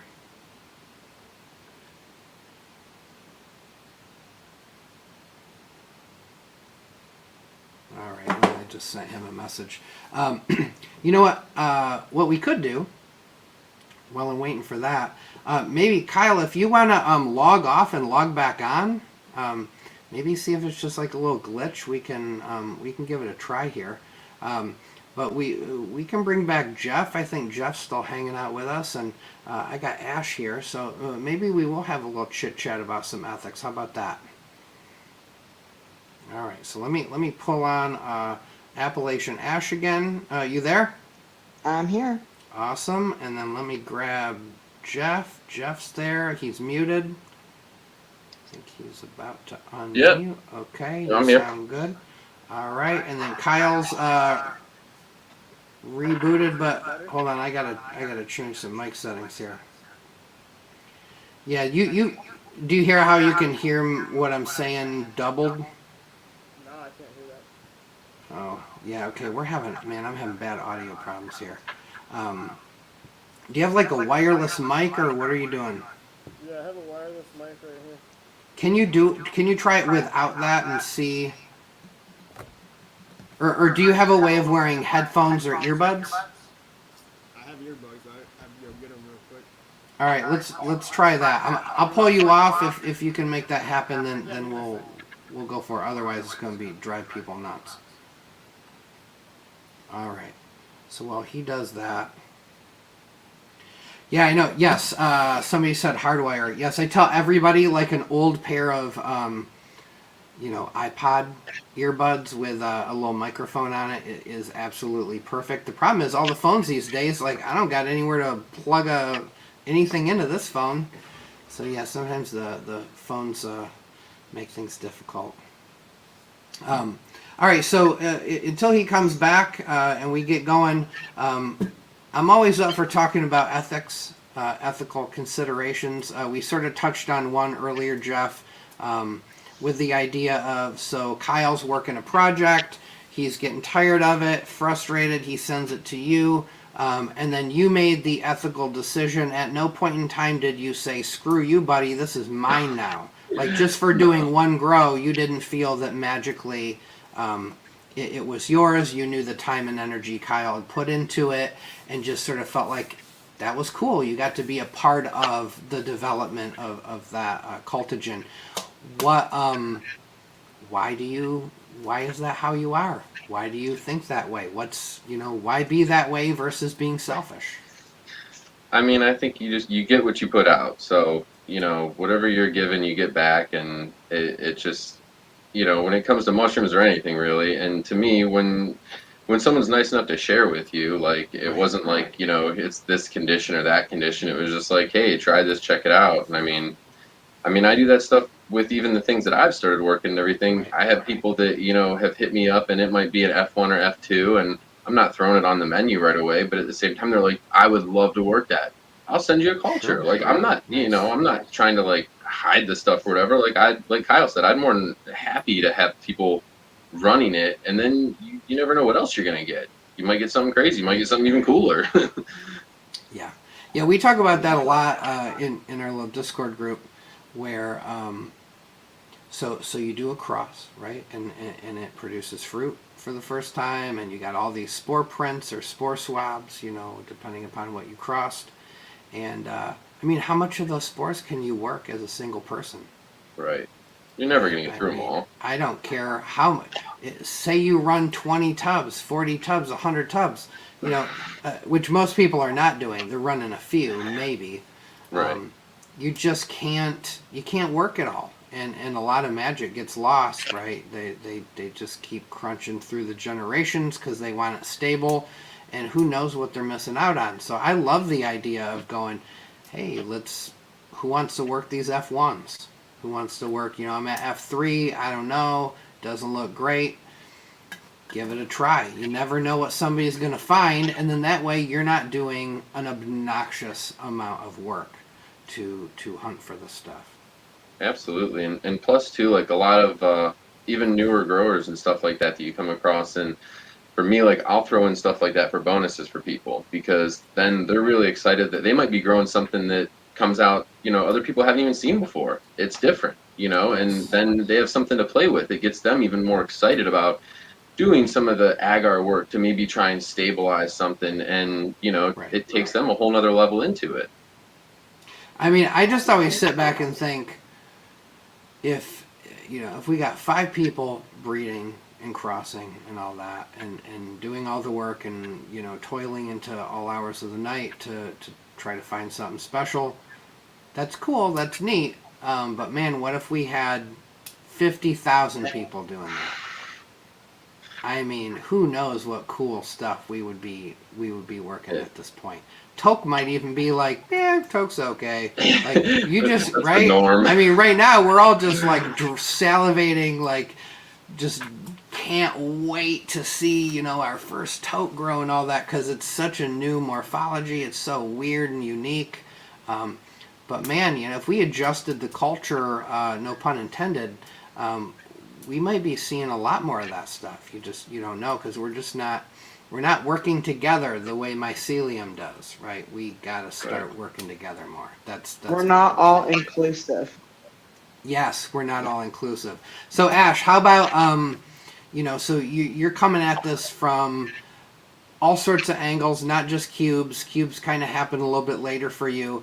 you want to maybe give me some thoughts of things that you noticed, ethical, unethical behavior, things you love about the Cube community, things you would love to change. I'd love to hear your perspective. I don't know, because here of recently, up until the last few months, I've just kind of been over the community. Like I do most of my like cultivation stuff on the foraging off season. So that's mainly when I'm more involved with everything. And I just had to leave so many of the groups. It was too toxic for me.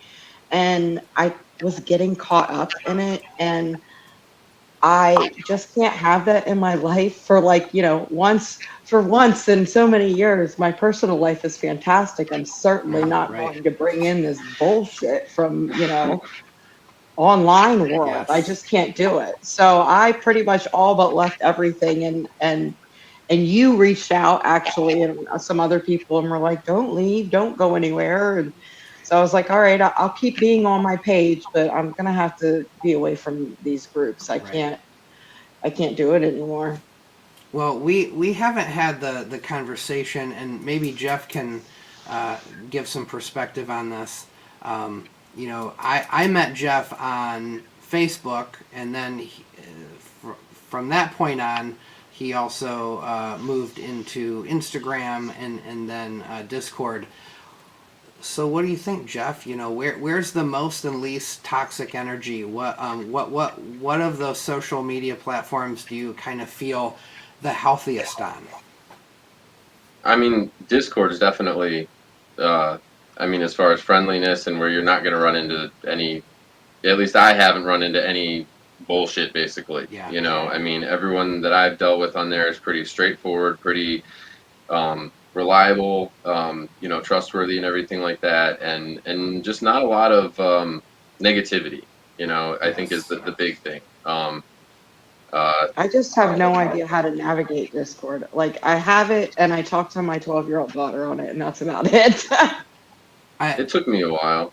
I actually rejected it. The first time somebody said you got to get on Discord, I downloaded it, I tried it, and I said, this is weird. This feels like some old, like really old school DOS stuff. Chat thing. Yeah, it just didn't. I didn't feel it, so I left. And then I had people go, no, bro, you don't get it. Get on here. It's everything. I don't know how to here. find anything. We can talk. All I tell most people to do, what I had to do was I watched like 2 or 3. I went to YouTube. I Googled, how to navigate Discord or Discord for newbies. I watched like 2 or 3 videos and said, oh, okay, I guess I kind of get this now. But you won't get it until you start connecting with the people on it. And then you're like, wow, I can ask a question and no one's shitting down my throat. Nobody's making me feel stupid. Holy cow, 18 people have asked or have said nice things to me today. One thing I have noticed, though, that I can say about the community, the place that I have felt safest to ask all the, quote, stupid questions has been the all-female group. Sure. Of course, we've clarified this one. Y'all are just nicer than us. We got that testosterone. We're just jerks. Well, yeah. And everybody's just like, don't be a dick. But we can't help it, Ash. It's in our nature. So I feel sorry for the guys, really. Yeah, they are all inclusive. Yeah, we on the second female podcast, they got into that a little bit about how much more nurturing and kind, like people would ask a question, and in the co-ed groups, it was watch out. They're not jaded, is what it is. I feel like they're not jaded. They remember what it was like when they first got into it, and I feel like so many people have been here for too long. They're totally jaded. It's just, I don't know. It could be. Well, anyway, I encourage you to check out Discord. The thing I still like about Instagram is just, I'm a guy, I'm a visual person. I just never get sick of seeing cool fruit pics and gill porn and the little like TikTok tech videos, and it's just visually keeps me excited about growing for sure. But for me, I'm 100%. My home is definitely Discord now. It just feels like my safe space, and all the knowledge sharing for me is happening there. I absolutely love it. So I encourage everybody to find a Discord, Myco Discord, that they fit in and feel good in, and I don't think you'll regret it for sure. It doesn't mean you can't have all the other socials, because I mean that's to be expected these days, but yeah, I'm a big fan. All right, I see we got Kyle back. Let's see how he's sounding. All right, brother, let's take a listen. Nope. Hold on, let me try something else. All right, we are plagued. You are just you are striking out tonight on the audio. We'll get it. We will get it fixed before next time. Anyway, all right. I'll I don't know sign language, and I don't think you do either. So there's no cue cards. So all right, take care, brother.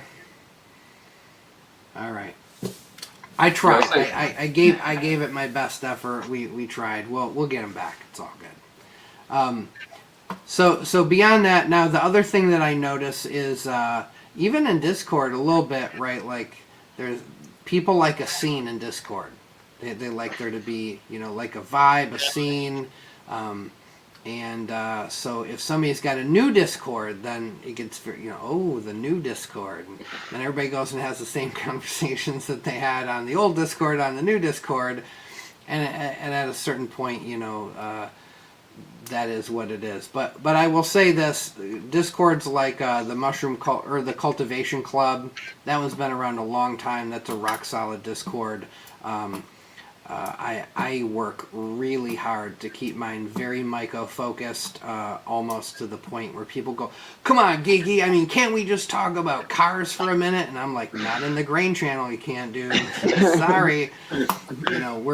But the reason that matters is they get too big. Overjoyed just said it. Some Discords.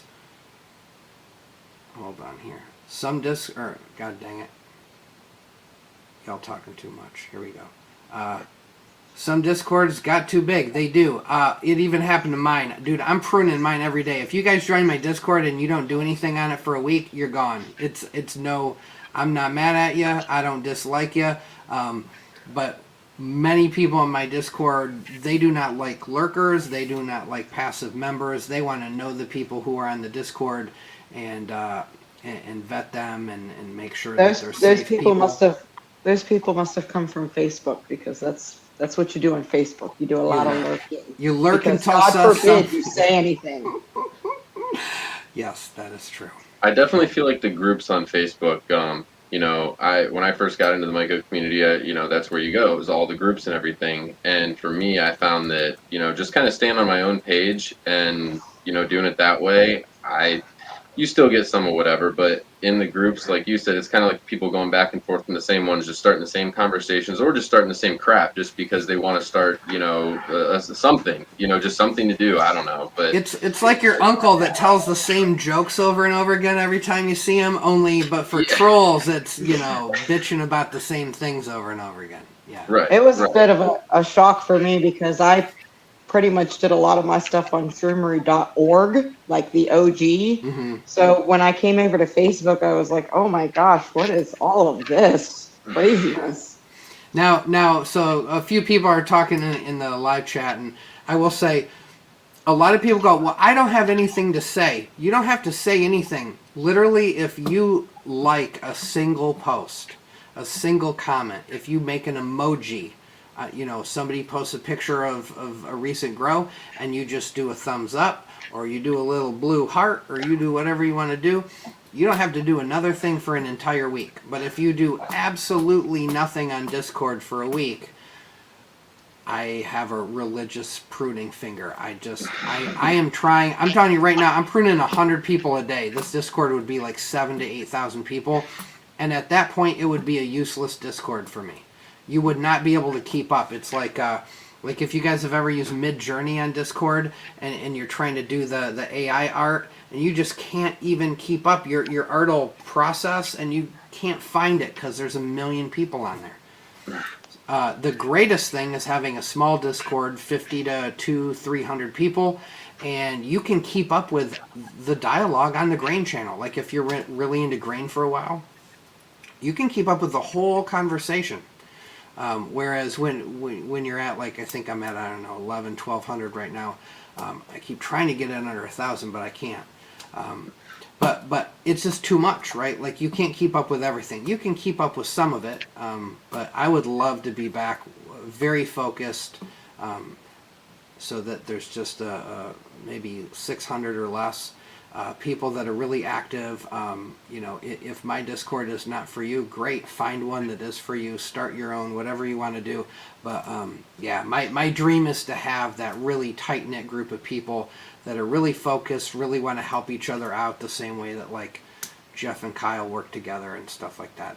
That's my hope for my Discord. So Ash, we gotta get you in. You gotta hang out for a little bit, see what you think. And if it's fine if you don't like mine, I don't care. Go find, I'm sure there's I'll come check it out. There's got to be an all-female Myco Discord. That's the next. I know there is. Oh, okay. And I kind of looked a little bit here and there on that one. It's not super, super active. But the Facebook, the all-female Facebook group does have a Discord server too. Right. Yeah. And I hear frequently from women where it's like, some of them are like, I just stopped growing. It was such a turn off, the energy, where it's like, oh, I thought this medicine's supposed to be so good for us. Well, that the literal community turns people off from participating. Yes. It's kind of sad. It is. But we can, I don't know if you guys have seen that documentary, The Social Dilemma on Netflix, but it kind of gets into the structure and the programming implicit in Facebook is, it's almost not our fault. It literally works at a very psychological level to get us to argue with one another. It shows us things that we engage with negatively because we engage more with, right? If somebody has a cool post, what do? Just thumbs up. Neat. Right? Oh, Jeff did one of his, hippie posts of like the world's amazing or do this and that, right? I'm teasing Jeff right now. But, and I read it and I go, fuck yeah, I'm all about that. That's great. What do? I just love it or I just heart it or I like it. And then I move on. I don't engage. I don't have an hour-long conversation on that post. But, if Jeff says something I don't agree with, now Jeff and I are going to argue about it for like 30, like literally, I think one time we did this actually. It just shows you that right, when it comes to arguing, we're ready to go, but we don't want to have like a nuanced, focused dialogue about something we generally agree upon, and that is what Facebook capitalizes on, and I think that is exactly why it tends to be such a caustic environment for a lot of people. Yeah. For sure. What do? So those trolls, the people that are really unhappy, that get off on treating people like crap, like they love Facebook. Oh, and they love when you engage in that. So, if you just ignore it, like, yeah, it sucks and, whatever. But if you just ignore it and move on, what are they going to say? Like, you're not going to engage with them? Yes. I'm done allowing these people to make me feel a certain way, to control my feelings. Right. Yes. Exactly. Oh yeah, you can't get. I say this one all the time. Everything you fight, you make stronger. Right. Yeah. Everything you fight, you give away your power to. Yeah. Your power. Call me what you want. Sure, that's exactly what I am. Yep, that's what I am. Yep. Sure. I'm done with it. Yeah, but the minute you even say one little thing like, "Oh, yeah, you're so dumb," or whatever it is, like then you've given them something else to respond to. If you ignore these people, that's the trick. That's the only response to those people is absolutely ignoring them.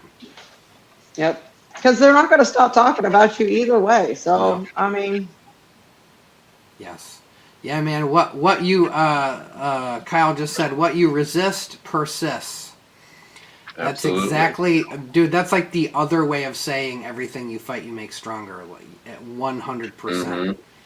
What you resist. And it takes too much wasted energy. Yeah. For sure. Do something productive with that shit. I mean, look, I just recorded a podcast with a clinical psychologist, clinical forensic psychologist. So he worked with, I think for quite a while, juvenile populations where they were court ordered to see a psychologist. And, you know, the stuff he was telling me on this podcast of like how maladjusted and screwed up their childhood is. So like you want to be mad at them and hate them, but man, you just don't even know what crappy life they've gone through. And if I make the assumption, if literally a grown-ass man, if his hobby is to just treat people like shit, somebody coming into the community new who obviously doesn't know what they're doing, if that is like their form of an entertainment, I can only do the math on what their life has been like up to that point. And so my ego wants to completely tell him to go jump off a cliff, but realistically, you know, I'm a little more compassionate than that. I was gonna say, I just tend to feel bad for them. Yeah, like I agree. It must suck to have all that angst in you. Yeah, where that's just like your baseline. Yes. Yeah. Okay, so I had a good question here from Mike Denver. Mike Denver, always good for some good questions. He says, hey, MycoGeeky, can you ask Ash about foraging ethics? Does she get national forest permits to harvest mushrooms? Great question. So we have a lot of hunting properties around my area that also surround the Appalachians. For the state forest that is near me and the national forest that surrounds the Appalachian Trail, you are allowed to forage for your personal self. Okay. So you can't commercially forage. Okay. No, that's not allowed.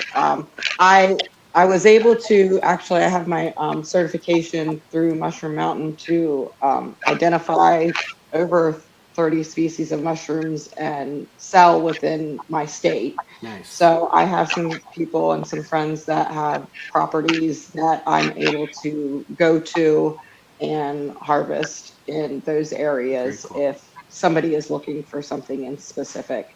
But as long as it's a mushroom or a fruit of an actual tree, either way, you are allowed to harvest for your own personal.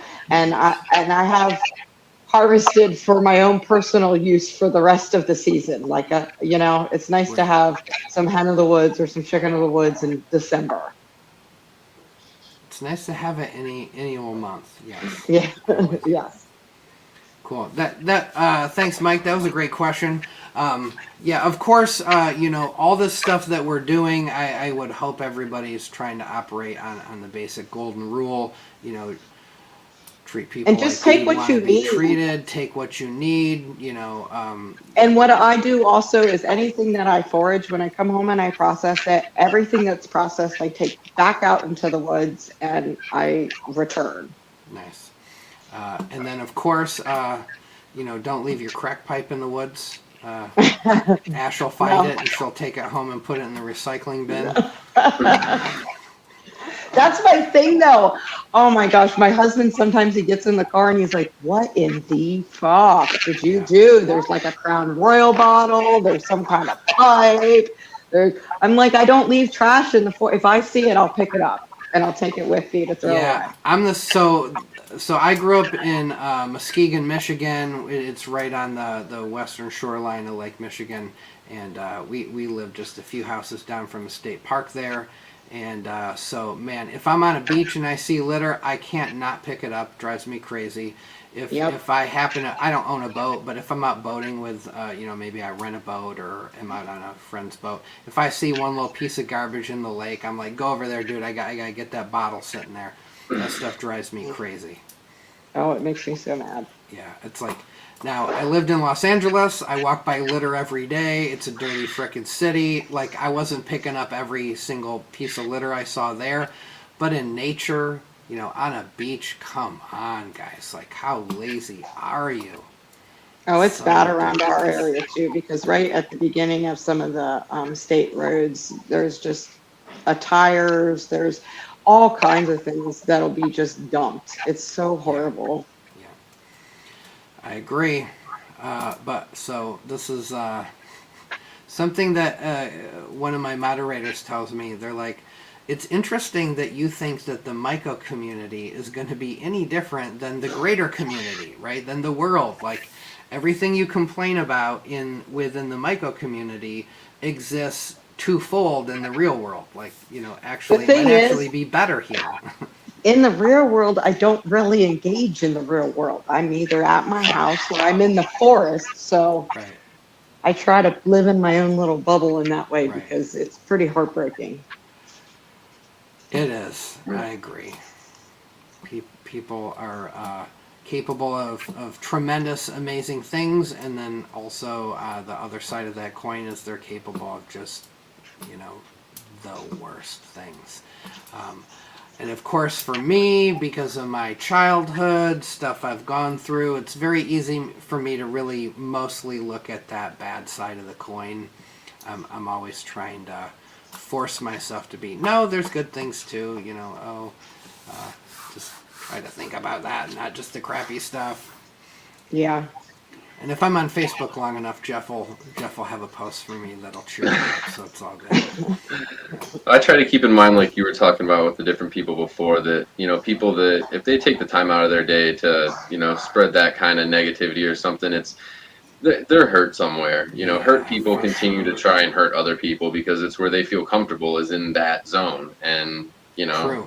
like Ash said, avoid it, ignore them. And that's the best bet. And don't feed them any more energy, and just let them go. They'll figure it out. Something will work out, and either they'll keep going that way or something will flip. I like what you said, that it's like the language they know. Like that's their the communication zone. Like, it's literally their comfort zone is that level of negativity. It's crazy. It's just always ironic with the mushrooms that we deal with. Right. I don't get it. I just don't get it. The irony is definitely not lost on me, for sure. Yeah. I mean, the mushrooms obviously help and do miraculous things, but as we all know, the integration and the work that is really done is you putting in the work and you continuing to self-discipline and make those changes and do stuff like that. 100%. Yep. It's easier said than done, Jeff. It is easier said than done. I Definitely. Also, I might not be the guy on Facebook shutting down everybody's throats all day, but I also am definitely not the best version of how I imagine I could be, for sure. Hey, we're all getting there. No one's perfect. I don't even know what that looks like. Right. Yeah. I had a therapist tell me that one time, like, oh, okay, so what is the perfection that you keep beating yourself up for not achieving? Who has it? Like, but right in my mind, it's like, well, if I go play tennis with my buddy who likes to play tennis, if I'm not Serena Williams level, well, then I'm just pathetic. We really, like, on every level, the standards we put ourselves to, it's absurd. Right? Like, and yet we don't put other people that we love to those same standards. We tell them to, allow themselves some grace. Yes. Absolutely. Yes, exactly. That's why sometimes you got to flip it, and when you're being hard on yourself, think about it and say, well, if this was that other person that I love and care about, would I be telling them this same thing? Because chances are we wouldn't. Exactly. Yeah. Being a human being. I always go back to when I was an undergrad for my first degree. For a while, I was an English major, and I had to take a Shakespeare class where we read every single Shakespeare play, and had to write a paper on every single play. So it was like 23 plays, if I remember correctly. And so the whole line, the line about this mortal coil. Man, that one, as I've gotten older, just really never stops resonating. Like, being a human being, it's really just like this coil. You're just like in this, like, it's I mean, a hamster wheel would be like the much cruder version of that. But yeah, it's you kind of drive yourself crazy sometimes, the psychoanalyzing of yourself. And then you got to just disconnect and, go wander around the woods looking at some mushrooms and some trees, and then somehow everything feels a lot better. It really does. That's my happy place for sure. Just shutting down that, this frontal lobe that we love so much. It puts everything into perspective.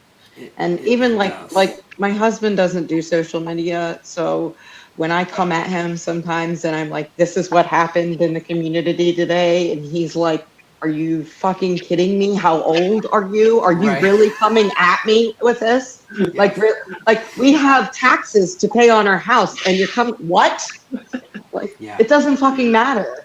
So it's nice to have somebody put that into perspective too. Yeah. I had, I won't name names, but I have a guilty pleasure of exchanging goofy, ridiculous memes and little stupid TikTok things I see on Instagram. I'm not on TikTok, but it makes its way over to Instagram too.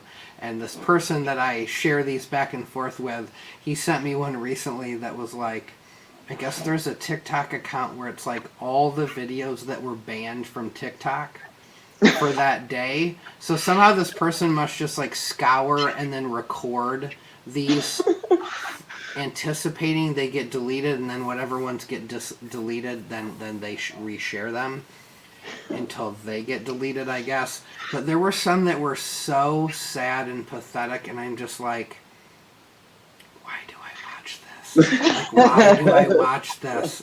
It's making me dumber. What? But it is a release, right? And I'm not thinking. I'm just sort of behaving and laughing and whatever. So, yeah. But yeah, get out in the woods. Get out on the beach. Get out somewhere, and it will put everything into perspective. Take your socks and shoes off. Connect with the earth. How small this stuff. Yes. This stuff is. Exactly. Go hop in an ice bath. Well, no, I will not do that.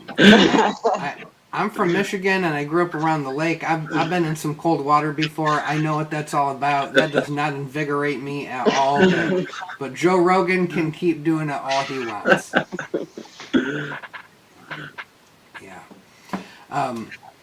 Yeah. So I think the more I have people on and we talk about ethics, I think the thing that I'm starting to come to terms with is that I can't control everybody else. I got no control over them. All I can do is operate in this space as ethically as I want everyone else to operate and set an example. I think, Jeff, you modeled that perfectly by just the way you handled the APETar, and that you two worked together, and it wasn't a competition, and it wasn't a possessive thing, and that kind of stuff's important. I really wanted to share that story. I think it's important. I think it's important for people to hear from Appalachian Ash that, like, wow, I was like ready to leave Facebook. It was so toxic. I didn't even want to connect with people anymore. And for me, I'm sitting here hearing that going, that's so sad, because there were so many people that when I said I want to have some female cultivators on, who should I have on? You were literally the first person they mentioned. You have to. That blows my mind. I don't get that. That blows my mind. But I'm flattered, but I just don't understand. But I'm glad that I could make a difference. I mean, Yeah, I think we don't even know sometimes what little interaction might have a positive impact. I've had a few people where I truly don't even remember talking to them, and 6 months later they send me a picture of a tub, and they're like, "Yep, yeah, you told me this, and this, and I've been growing ever since, and it's all going great, and it's That's really the best thank feeling. you so much." It's like, yeah, that's cool. That's the most rewarding part, I think, to me. That's what gives me most satisfaction, is someone being like, you helped me, that I was able to succeed. Right. Well, as a reminder, Ash, I got to say thank you, because I don't know if you remember, but you actually helped me a few times last year when I sent you some pictures when I was out foraging. So I'm sure you helped so many people. See, girl, you're trying to underplay it, but yes, I do not. But I'm glad I could help, for sure. Yeah, no, I appreciate it. It did help a lot, because Anytime. I know when I put stuff in a tub, I know what to expect. But when I'm out in the woods, it's a guessing game for me. I'm still learning all that. Yeah, it's easy with all our phenotypes and our isolations and our crosses and our this cut and that cut. It's easy to be like, oh, I'm a well-versed at-home mycologist. I grow so many things. And it's like, no, Geeky, you pretty much just grow cubes, bro. Like, you grow one species of mushroom primarily.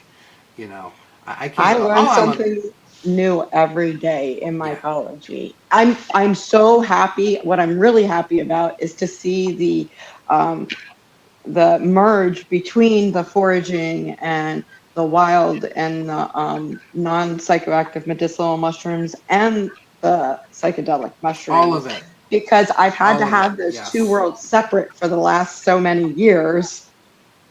And it's nice to, have other people that are also interested in the foraging stuff. And people think they bother me. They're like, I'm bothering you with a question or a picture. And I'm like, this is like the highlight of my fucking day. Really, it is. Right. That's what you actually told me after I messaged you the first or second time. I was like, I'm so sorry to bother you. And you were like, no, this is absolutely fine. I love it. So I was like, okay, awesome. Send me all the mushroom pictures, because if I don't know what it is, then I want to know what it is. Right. So I'm just as intrigued that I want to learn something new too. I love that. And by the way, so Jeff, who I always admire anybody that maintains a large library. I have approached handling, I think maybe at one time 40 or 50 varieties, and I couldn't keep that up for even like 2 or 3 weeks. That just had to end immediately. And so I admire anybody that does a good business, does what they say, sends clean plates, sends clean LC, sends clean swabs, whatever. If something doesn't work out, they make it right. But then now Jeff, he does both gourmets and actives, and there are not a lot of people that do that I know of. I think that's pretty cool that you're a little more. I'm seeing it more and more, which is fantastic. Yeah, and I mean, I fell into the all of it for the medicinal properties. Right. Like for everyone, or at least most people. But the obviously the actives, for a lot of those purposes too. But the gourmets, and even what's not considered, so to speak, edible, like the reishi and stuff like that can be extracts or powders and things that can be done, and they still have tons of medicinal benefits. And we don't. I mean, dude, these are just the ones we know about. Right. These are literally just the ones we know about. They're, who knows the uses, and this even happens for big pharma, right? Like they'll have a certain drug and it's for X, and then 5 years later some doctor goes, I wonder if you could use it for Y, and then they start using it, off-label uses, and then that becomes, they do a research study and they go, well, yeah, actually you can use it for this, and it's just that evolution of understanding, which also applies to us in our little mushroom medicinal world. We don't remotely know how some of this stuff can be used.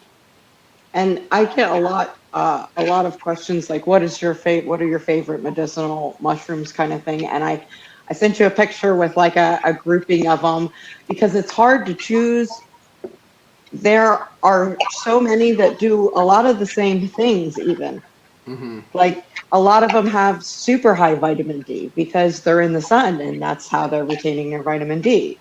And those same mushrooms, if you grow them at home, you'll notice a color difference. They'll be pale. It's like enoki. The enoki you see in the store is completely different than the wild enoki that you see. They don't really give it any light. It's the same thing with wild mushrooms. You'll even see that in nature with hen of the woods. If there's one that's under a tree or under a bush, it'll be pale.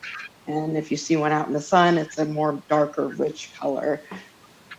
That's true. You are right. Yeah. Sometimes the logs are felled, and if they're growing higher up on the log versus kind of under the log a little bit, they are more. You're right. They are a little more pale the lower they are.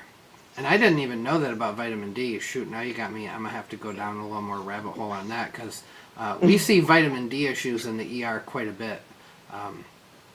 We're not treating it. That's not exactly an emergency to treat. But my doctor told me that everybody is deficient in vitamin D, especially in the winter. Yeah. Well, right. All our ancestors, they didn't. I mean, unless you're like from Alaska or whatever. But all our old ancestors that were from warm climates, right? They didn't wear 3 shirts and underwear and pants and shoes and socks and an eye watch and hat and headphones and glasses, right? Like their skin produced vitamin D. Yeah, so that's why everybody up here in northern Michigan and northern Ohio, up in the snow areas, everybody gets a little grumpy in the winter. Am I right, Jeff? Right? People get a little grumpy in the winter. It's just because everybody's just they're not getting any of that vitamin D. Yeah. Get all cooped up and everyone wants to get out and do something, but there ain't. Yeah. I mean, unless you got certain things you like to do in the cold, but most people around here don't. Yeah, a lot of people don't. That's why I'm in the lab most of the time in the winter too. Yeah. Yeah, I need to like set up my treadmill next to my microscope. I can be looking for clamp connections while I'm jogging on my treadmill. That sounds like a great TikTok video. That would be funny. Yeah. I pulled out where is it? I pulled out my other Amscope microscope because somebody on the Discord said that they were running a sale, but I didn't see the sale when I went and looked, but who knows? Anyway, yeah, for people looking for microscopes, it definitely pays if you're patient and you're not in a hurry, which honestly, there's probably no reason you need to be in a hurry for a microscope. Amscope, the website, and typically on Amazon will also, around different like President's Day sales, all like the usual, whenever a car dealership would run a sale, they will probably also run sales, and you can get some pretty good discounts on them. You can also try to find them used. Jeff knows that there's pros and cons to that as well. I have a used Nikon, which I got for pretty cheap, but I had to do quite a bit of work to rebuild the stage on it and make it work, and I'm still not utterly convinced there's not a couple alignment issues and stuff like that. But I love my Amscope, but I've also heard people, I'm not sure, curious where you got yours from. People talk about getting them from universities, old ones from universities. Yeah, there's a lot of another one is shopgoodwill.com. Every once in a while we'll just have some dirt cheap old microscopes that technically work, but you can get them for like $25, and they will definitely go to 400x. And I mean, they're so cheap that if you get it and it gets you a little exposure and you're like, okay, I like this, but this is not enough, you only spent $25 figuring it out, and then now you're maybe a little more willing to spend more money on a better scope. But yeah, the what I found in microscopes, and I've gotten probably more into it than I should, they're either pretty cheap or they're insanely expensive. It's like $300, which to me, if you know how expensive a microscope can be, like just a binocular basic microscope can easily be $20,000 to $40,000 without any tricks and bells and whistles going on. just for really high quality optics. So like a $200-300 microscope is really not a lot of money in the grand scheme of things. For some people, it's cost. I was going to say for like at home people, that's really all you need. Oh, 100%. That Amscope B120C will definitely do anything you need. It's got an oil objective. You can measure spore size if you start getting into identifying things to genus and species. 100%. Yep. It will help you find clamp connections. It'll help you find no clamp connections. It'll help you just quick look at a piece of gill and see if there's spores on it. So before you sit there trying to swab something that doesn't make spores, you're not wasting your time.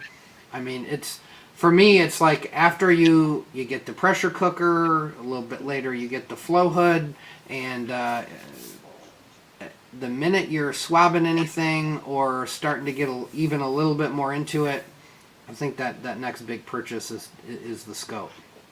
It's great for foragers too. Oh, Very good. Yeah, because you guys can identify some of those structures and get real serious about it. Yep. Yeah, and dude, I mean, for all the money we spend on this hobby anyway, $269, it's not the most expensive thing you've probably bought for mycology in the first place. Anyway, I have seen a lot more people since Ed and I started talking about it. I got a microscopy channel on the Discord, and Ed does a bunch of videos about it on his channel. We see more and more people in the microscopy channel. Even just today or a couple days ago, somebody was like, I just got my Amscope B120C, and we're seeing more people buy them and learn how to use them, and it's definitely cool. And my kids love it. Oh yeah, I tell everybody, go buy like a prepared slide kit. Then your kids can see bugs, wings. My kids just they go outside and they're like picking grass and flowers. Oh yeah, even that. Or pond water. Take one of your petri dishes, put a little pond water in there, see what you can see. Yes. Yeah, super fun. Agree. All right, guys. I think Ed overslept. I don't think we get Ed tonight. So, what could I say? We talked earlier. I thought it was happening. Who knows? Maybe his girlfriend decided they had some other plans today. I don't know. It would be about noon his time now, and I have not heard from him since we started the podcast, and usually I would. So anyway, I want to thank Appalachian Ash. I want to thank Jeff Kerr's Fungus Frequency and Kyle of PsyTeam United. If you guys want to connect with any of these guys, their contact info will be in the description below the podcast. And I want to thank everybody for tuning in. I want to thank you guys for coming. And next week, if all goes well, we're going to be talking with Mandy Quark. She is down in Ecuador right now with Alan Rockefeller and like a videographer and a documentarian and a bunch of people. And I don't know if you guys follow him or her, but they're already finding some cool stuff, man. Lots of really compelling, amazing photography, and they're just getting going. So it should be good to hear from them about how that's been going. Maybe get some proprietary photos that haven't been released yet. And I know Mandy will be talking about the upcoming. They sold out. They sold out all 16 slots for the foray they're going to do starting next week. So that should be a good time. And I'm not going to lie, I am a little bit jealous. I wish I got to wander around the jungles of Ecuador. Sounds like a good time. That'd be pretty sweet. Yep. Sorry, I'm just reading this. Yeah, Mike Denver. Ed's having too much fun in the wild streets of Thailand. There you go, guys. I always wonder when I say bye to Ed, what is he doing over there? I mean, I know he's got to be having a good time. So, yeah. So thanks everybody for being here. Look forward to seeing you next week. And until then, have fun growing and healing and learning and all that. And be sure to be nice to people and share your information and help strengthen and build this community. Absolutely. Yes, thank you. Yeah. Thanks for having me. Oh yeah, thank you.